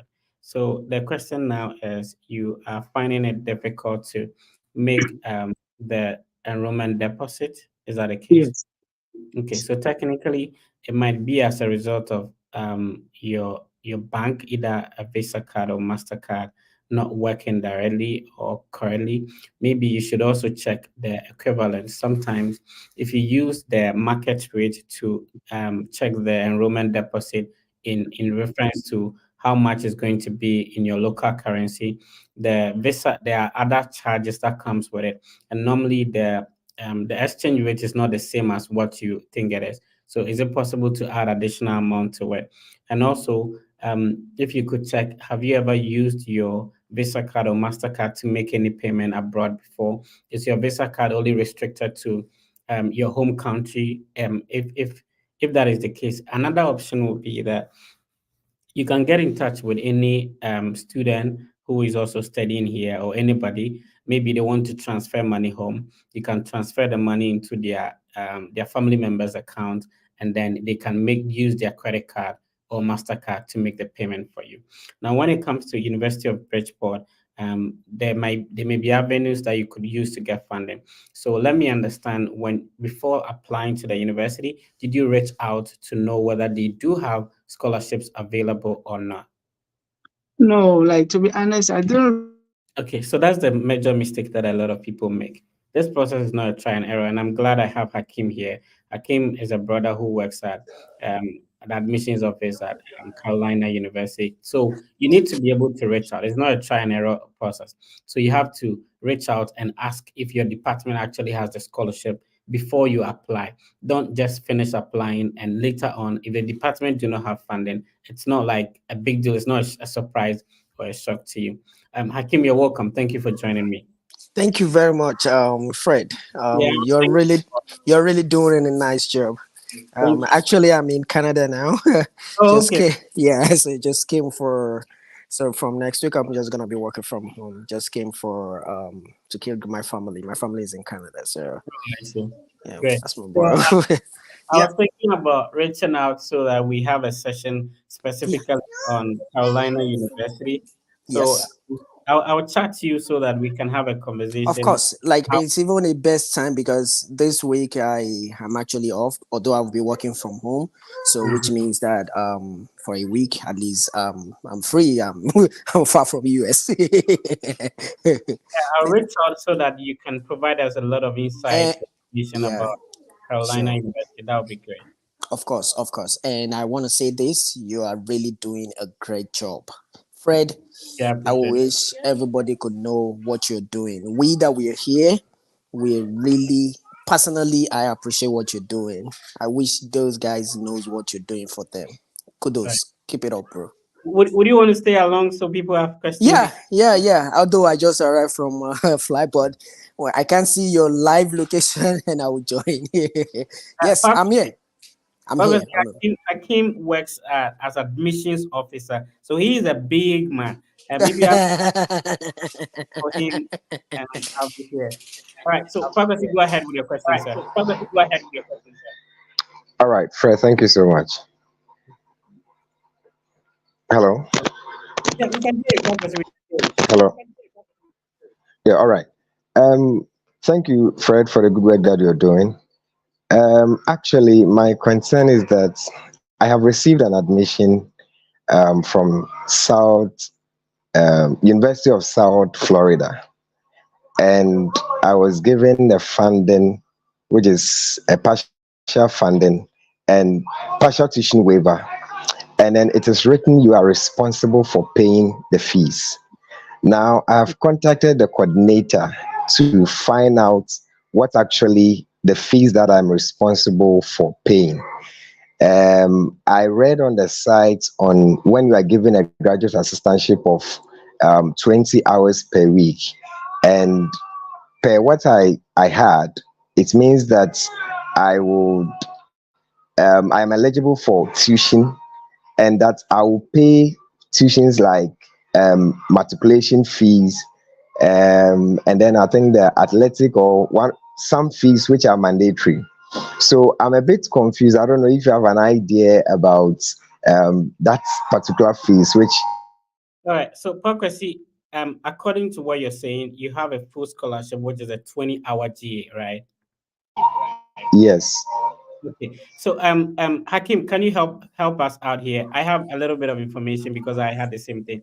So, Hakim, when people have 20-hour GA, and yet they do have to present a bank statement to the team to release I-20, what fees are they paying for?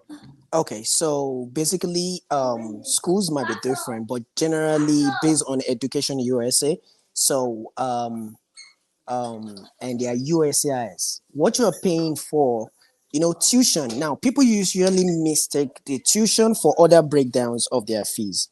So you will have tuition fee, you will have maybe annual registration fee, maybe you will have administrative or something charges fee.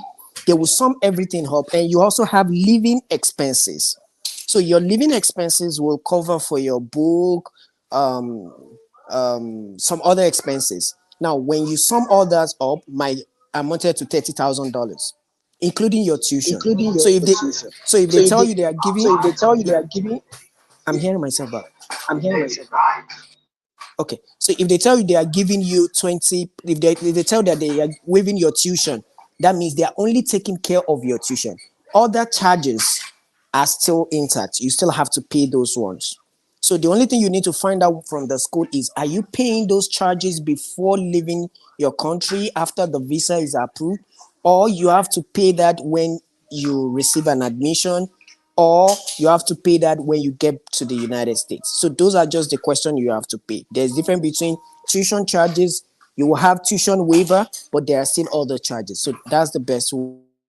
Yeah, thank you so much. So I a typical example, so when I was moving to University of Kentucky, I had a full scholarship, but I had, to produce a bank statement to take care of some fees. So as an international student, there are a couple of fees that you pay.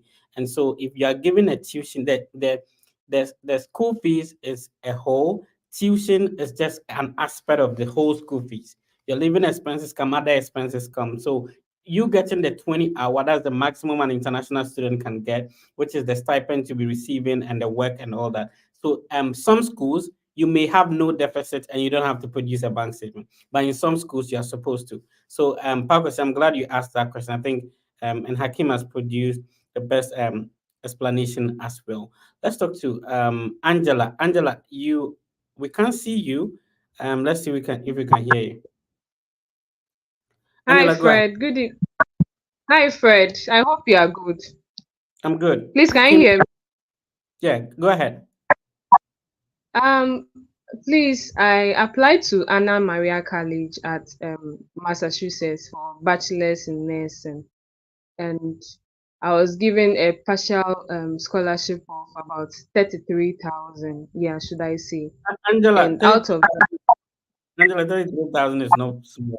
33,000 is huge. I was given a scholarship of about $33,000. And guess And what? You didn't pay any application fee, right? no, please, I was given a waiver. Tell me which school in Ghana will give you 33,000 cities without you paying an application fee. Fred No school University. give that. No school, no. Angela, go ahead with your So question. So I'm supposed to now pay close to 30,000 No, you're not for supposed to. You're supposed to produce a financial statement.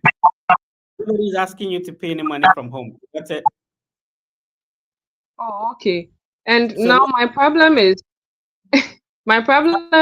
I'm trying to I spoke to them on maybe getting a Angela, after $33,000, you still have a problem? man can ask for more. Okay, go ahead. Anyway, I did that and they were like, that's how far they can help you, of which I'm very grateful. So I asked them if I can get a loan, and they were like, I can get a loan only if I have a US co-signer. And right now, I don't know how the school is like, because I spoke to the financial, one of the persons that work at the financial office, and she was like, even getting a job on campus is not that easy. I'll come and get a job and use it to pay for the close to 30,000 that is left. Angela, let's keep it simple. All you need to do now, I have been to the campus of Anna Maria before. If you check my timeline, I posted a picture where I visited the campus. Beautiful campus. Angela did not pay anything. If you are somebody listening to us, you want to also apply for nursing. Anna Maria is a good school. You will not pay any application fee. And Angela got 33,000. She's still worried. Angela, you don't have to worry. Try and check out my video I made about how to get additional scholarship and how to go about the process once you receive a partial funding. Get a bank statement, my sister. Send it to the school. Get your I-20 and begin the visa processes. All right, let's talk to another person. Chrissy, go ahead. Chrissy, you're muted. Please unmute your microphone and go ahead. Good evening. Yeah, speak to Hakim. Yes. My question has to do with sponsorship. Actually, I have a sponsorship from a district assembly, and then I want to know. You said something about if you are going with a government sponsor, they will give you a DS, what do you call it, 2019 or something. No. So that was a very different thing. I'm sorry you got confused. So you just Okay. have to receive the scholarship letter. So Hakim, the district assembly is like the local government in the country, right? So he has Yes. gotten a scholarship from the local government. So all you need to produce to the school, and maybe I should let Hakim answer it. So Hakim, if somebody is being sponsored by the local By government, government. Yeah. yeah, how do they Yeah, go? so we receive a lot of that from our school as well. But your scholarship, does it state the total amount the organization is willing to sponsor you with? Or Yes, it just, it's a 2 year. I mean, the amount of it. Yes. Okay, Yes. so does the amount equals to what the school is, the total cost of the school? Yes, please. So that's the only thing you need is just a letter from the school. I'm sorry, from the organization. I mean, from the company that is sponsoring you. So once they provide the letter, ensure that in that letter they state the amount that they will be sponsoring you with. So if the total cost of the attendance for the school plus your living expenses is $23,000, you can put $25,000. At least that should show that yes, they are able to cover expenses or any other miscellaneous. So that 25,000 will be stated in their letter. So that's the only thing you will present to the school. Under the DSO, it is called sponsorship. Now, you will be lucky on your I-20 if the school you are applying to or you got admission to or you're requesting an I-20 forgot to mention the company name. They might just put sponsorship. So if they put that, you might be lucky. But if they put the name of the company, I will tell you that you are you are even lucky because the visa officer will be seeing it like definitely who is sponsoring you, it's a company. So you might be even be lucky with that. I always prefer if I'm using scholarship, I always want them to put the name of the company so that it will give the visa officer a forehand that, oh yes, this person is coming with the company. So two things. First thing, find out from your school if the total amount of their cost of attendance equals to the scholarship that the company is giving you. Then two, present the letter to your admission officer and that's it. And just fill their affidavits. The company will also fill the affidavits. Affidavits is like what the company is going to, is a school document that the company is going to fill to attest that yes, they will be sponsoring you. So those are the things you need. I hope I answered your question. Great. So, Kwesi, you are far better. If especially the municipality's name or district name appear on your I-20, it's huge. It makes it easier. You are going to get an I-20, not DS 2019. We were talking about a different thing altogether. It doesn't relate to your case. Okay, and then another question is, I have my I-20 already. Yes, I have the I-20 already, but initially I presented the bank statement for it, and then they issued the I-20 with me for me, but the sponsorship name didn't appear. They only write a root sponsor, nothing else. So they also have to send them the letter from their family so that they will update it, or I should just leave it like that. No, you cannot do anything to that. So that's the work of the DSO of your school. So under the designated school officer, they work with the USCIS. So each schools have the way they bring out their own I-20 out. So if it is not stated, you don't have any problem. All you need to do is just when you go for your visa interview, think ahead of the visa officer, and immediately they ask you, so how do you intend to pay the deficit? How do you intend to finance your studies? Oh, I will also have a scholarship.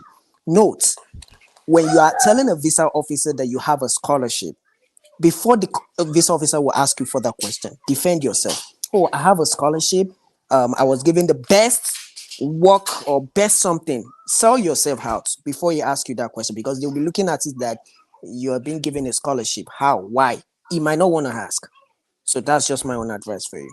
So you don't need to send them any mail or anything. Take your I-20, go and pay for your service fee, schedule your visa appointment, and work with Fred on how to successfully pass your visa interview.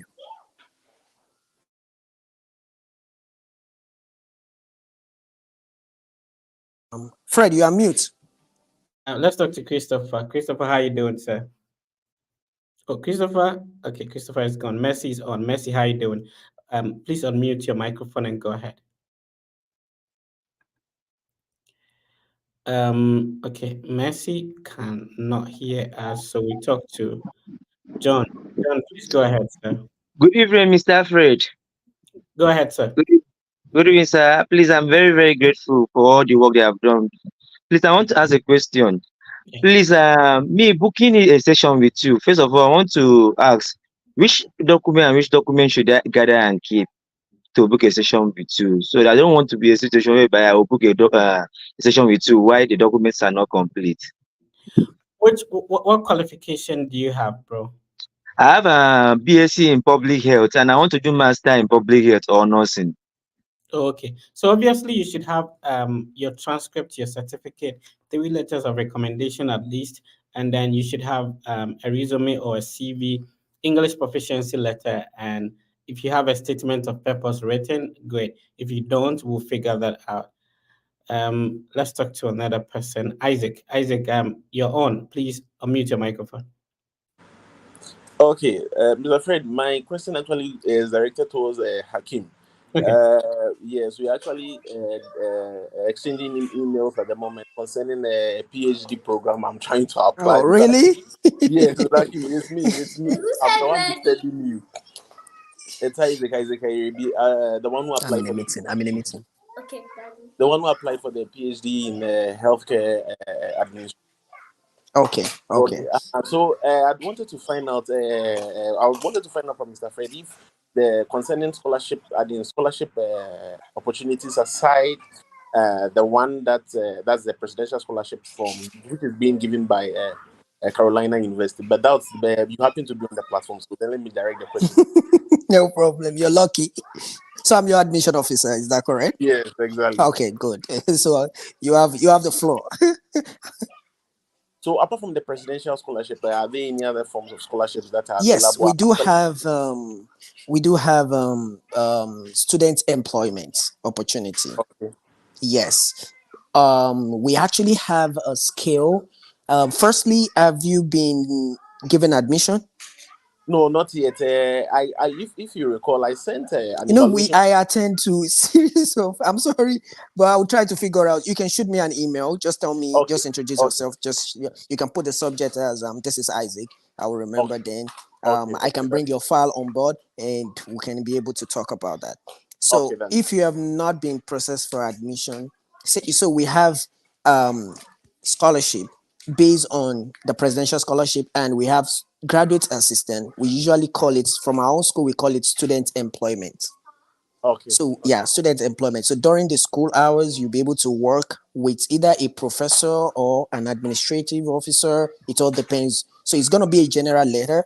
But when you get to the United States, when you resume to the school, so the student employment officer is going to finalize which office you're going to go. So we have just the presidential scholarship for international students, as well as the student employment. So those are the two scholarships that we have.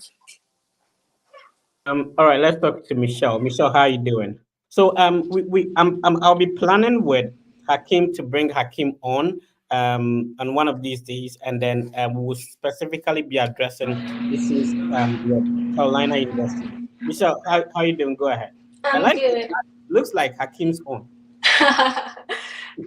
Fred, you probably don't remember me, but you helped me get into NAU last year, so thank you so much. Oh, nice. Yeah. I'm working on getting my family here, and my advisor has decided to sponsor. My first question is he a good sponsor? I also wanted to add a supporting letter, but I'm not very sure about the content of it. I want it to be as elaborate as possible. And my third question is, do I need to attach my personal bank statement? Thank you. Okay. Okay. Fred, you want to answer that? Oh no, the admission officer is here. Go ahead. Okay. So you're in the US, right? Mhm. Okay, good. And you're planning to bring your family in. Yes. So basically you have to send in your marriage certificates. So if I may ask, do you have kids? Yes, we Okay. have the I-20 Okay. already. I have the visa dates. They have the visa date. So Yeah. why are you asking for sponsor? Why are you using another sponsor since they already have an I-20? Because actually was based on my sponsor, who is my advisor, my faculty advisor. So I want to know Okay. whether he is in a good position to sponsor To my sponsor you. family. Okay, to sponsor your family. So provided you can prove the relationship, why he or she is sponsoring you, it's actually a good submission, but don't forget you won't be there when your family are defending themselves. So Okay. you must be able to give them a cogent reason to why your supervisor has decided to sponsor your family. So then on your I-20, what is there as a sponsor? What did they put there? Is it just sponsor, or Yeah, did they just put sponsor. just sponsor? So Yeah. we are live, but let me just say this. If it is sponsor, they definitely can go in and say family member when they are defending their visa interview. So far, it is sponsor. Yep. So I'm telling you that. But if you still want to stick to your supervisor sponsoring you, all you need to do is ask yourself, why is this man or woman sponsoring me? And that what is that cogent reason? So those are the things you are going to tell your family when they go for their visa interview. Right. Yep. So that's the only thing I can say about that.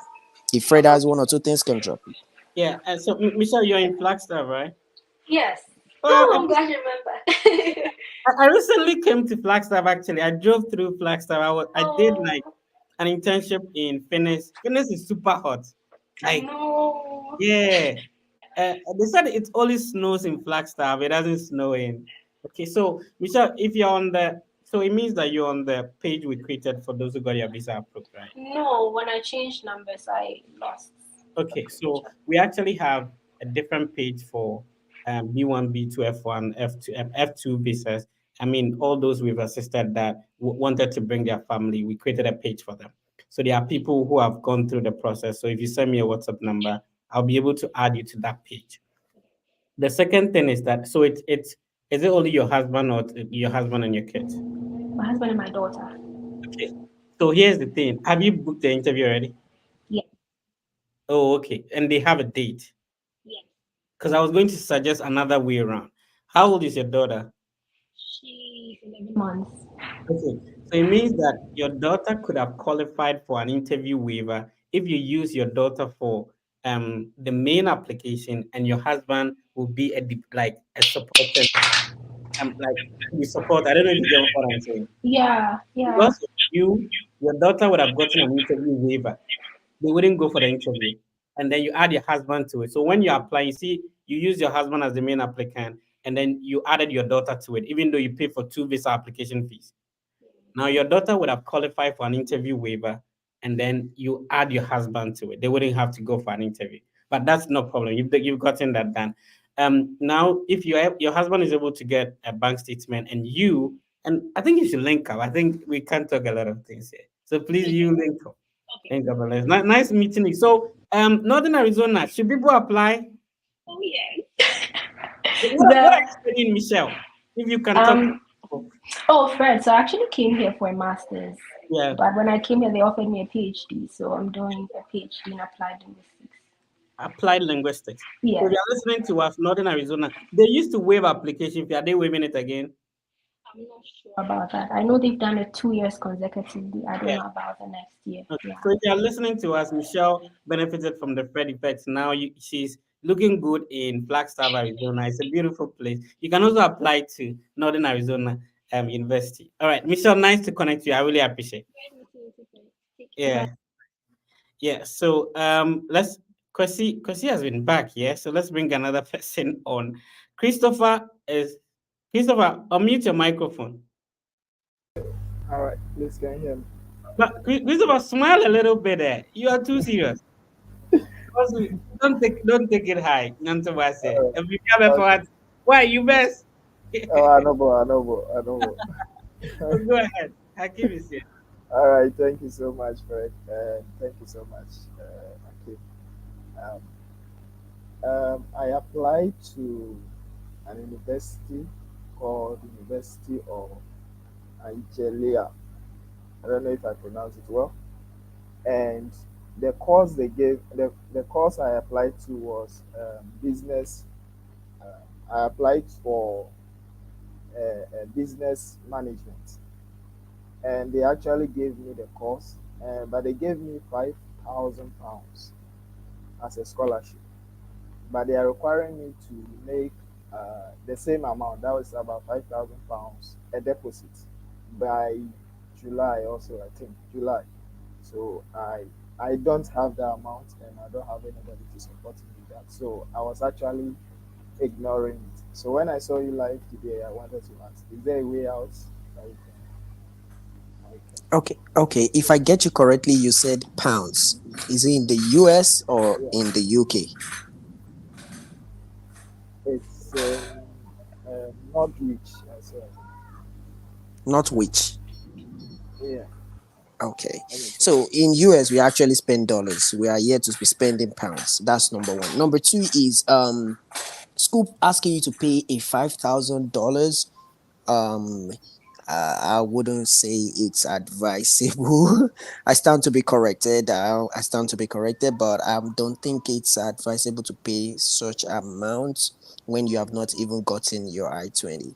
But you need to find out with the school if the 5,000 is refundable after your visa. But if I were you, you can check Fred page and look at some other schools you can also apply to. You don't need to submit an application to just one school. So that would be my advice for you. So clearly, Christopher is saying that he doesn't have the money. So basically, that's it. So Christopher, what qualifications do you have? Maybe myself and Hakim can help you with other ways to apply to other schools. What qualifications do you have? What are you aiming at? So I have Christopher, first smile a degree. little bit. That is not the end of life. Okay, Smile. okay. I have my first degree from In what? Ghana, from In what? Regent University. Yeah, Like what program did you I study? did business administration in e-commerce. What was your CGPA, sir? It was around 2.7. Okay, if you can check out University of Virginia, they have a public policy program. The deadline is somewhere in April. They are waiving the application fee. I can send you the link if you send me an Instagram message. Can you try applying to that school? Because you have to tailor your process according to your finances, your documents, and the resources you have. If you were supposed to get the £5,000 to apply to submit to the school, great, go ahead. But clearly you don't have it. So you need to now, like tune your mind towards getting scholarship that would not warrant you to produce such documents or finances that you don't have. You get it. And one more thing before you go, please be smiling.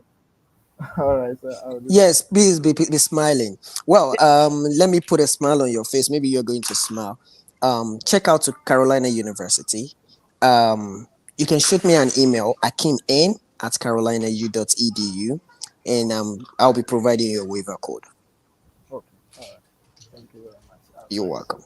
We, All we, right. we Hold on. really need to The get Hakim email again. Let me get the on. email. Okay, akim@carolinau.edu. So at least you will smile. Akim. N for Nancy. Yeah, Okay. N for Nancy All right. All right. at Thank you very much. carolinau.edu. Okay, sir. Thank And you. you can apply for masters in public health. Masters in business administration. Your concentration can now be in business analytics since you did e-commerce.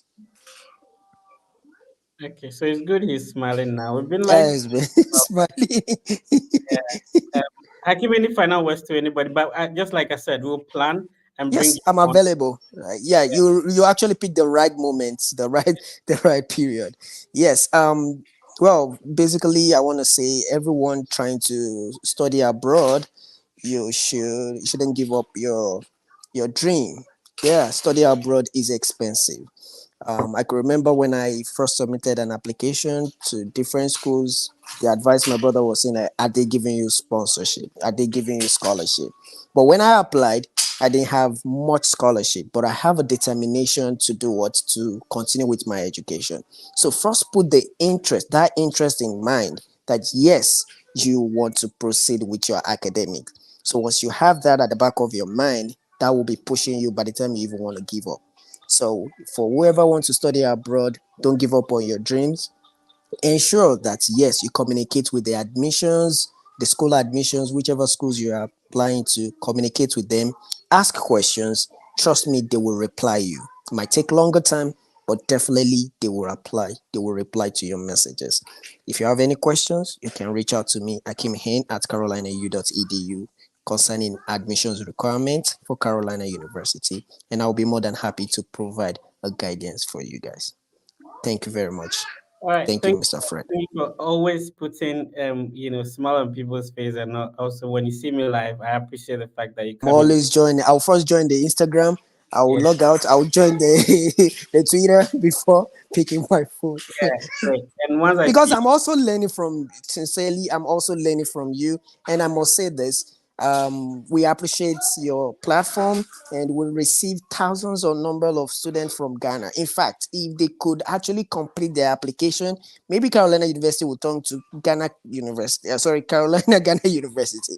Initially, I was saying it's Nigeria, but now it was Ghana. I was like, no, it's actually as if we don't have any Nigerians submitting application. Ghana Right. Jollof. Keep in touch and see how we Okay. can collaborate to have a session with you All right, sure. live here as well. All All right. right. Thank you for joining me, brother. So if you're watching me right now, it means that you still have a dream. You still have the edge to work on the study abroad process. Understand that it's possible. Is it going to be easy? No, but is it possible? Yes, it's possible. So I appreciate you for tuning in. I know it's very late at some countries, but you are still staying here. At the moment, my team is working on applications for free for individuals with high school and diploma qualification. If you have a high school qualification, if you have a diploma, we want to just make life a bit easier for you. So you schedule a private meeting. We explain the entire process to you. When we are done, we'll take your document and work on the application for you for free. We've already started working on applications for a lot of people. Some of them have their visas, and others are working on their processes as well.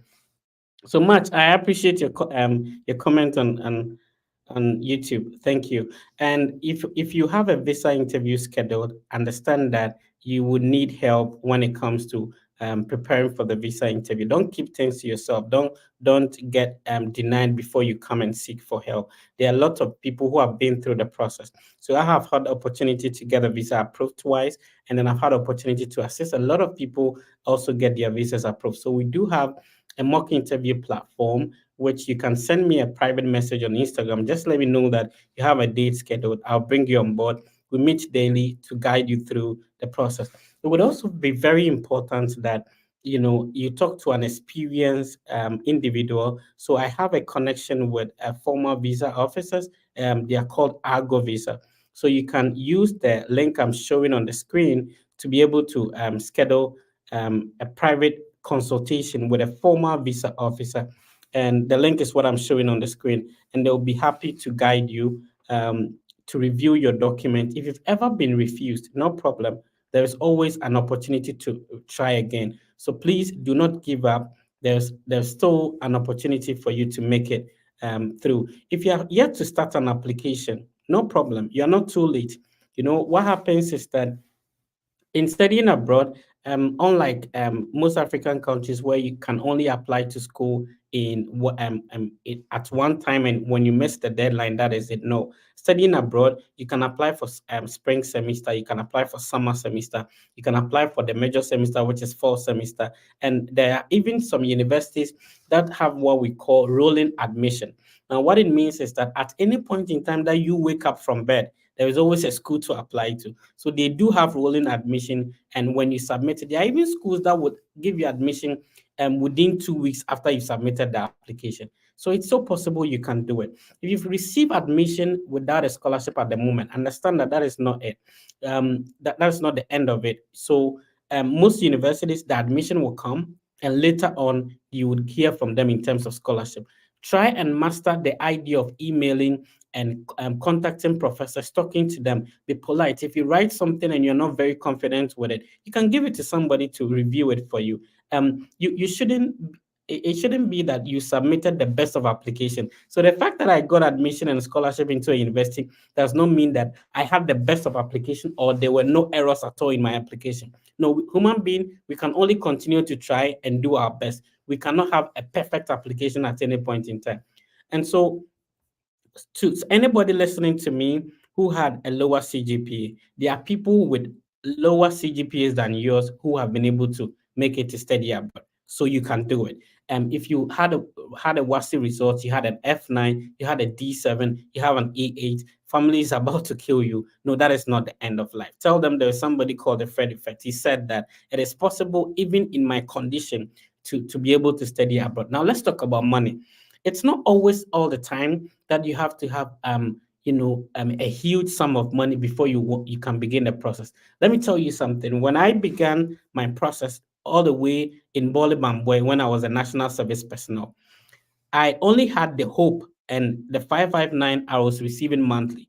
And everybody who has been through the national service process knows that even the 559, they wouldn't pay it on time. And what made my case worse is that the community I was teaching, there was no bank. And so when the 559 comes, I have to use another money to take transportation to travel to another city in order to withdraw the money. And even with that, sometimes you could go there and they will tell you that the network is not functioning. You know how things work in Ghana. So I could take pay for transportation to the place to withdraw the money. Network is not functioning. I pay for another transportation to come back. There was a time I received an email from the university I applied to, and just opening the email, the network wouldn't allow me to do it. I had to travel all the way to Wenchi in order to be able to open the email and start. If anybody knows Bole Bambo, where I used to be, things were not that, it was not very encouraging to be able to even have a dream to study abroad. I was able to apply to only one university because as of then, I didn't have a MasterCard or Visa card to be able to pay an application fee.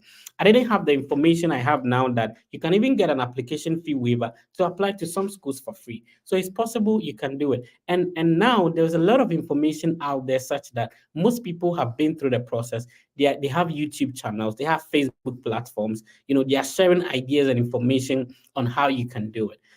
So it's possible. Don't be discouraged. Maybe you have been to a visa interview, you've been refused. Maybe you've applied for a Canadian visa, it didn't go as expected. That's not the end of it. There's still an opportunity for you to keep trying. So my name has been Fred. I appreciate you for always subscribing. The only way you can do to support what I do is to be able to at least click on the like button, click on the subscribe button, click on the follow button. If you click on the share so that other people see the information I put out here, that would also be helpful. I always tell people that wabroche ban affect you be a broche. And those who don't understand what I'm trying to say is the opportunity for you to also study abroad does not affect my chances of studying abroad or another person's chances. There are a lot of opportunities, more than even human beings on earth. There are a lot of universities. Most of these universities, they take off the application fee waiver, the application fee simply because they want to encourage people to apply to them. Right. So understand that. Do not limit yourself. Do not let the conditions you find yourself in determine what is going to happen in the near future. In Bole Bamboy, nothing would encourage me to start the study abroad process. But I believe that there's something big ahead of me and I can do it as well. So yeah, it's been a nice time. I come your way every time, every weekend. Next week I'll be bringing a guest on, and so set a reminder and make a date with us. If you have a question, I'm very active on Instagram. That's the best way to connect with me. So you can send me a private message on Instagram. I'll be super happy to respond to it. If you want us to schedule a private one-on-one conversation, you can use the seller link. If you go to any of my platforms, the link is there, which you can use to schedule a private one-on-one meeting. Subscribe to the Fred Effect YouTube channel. Please subscribe to the follow the Fred Effect Facebook page. Give us a follow on Instagram and also on TikTok as well as X as well, or Twitter. I'll be happy if you be part of the family and we can all be great together. The sky is too big. All of us can fly. We don't necessarily have to crash against one another. Be positive. Everything will be fine. I'll see you in another one.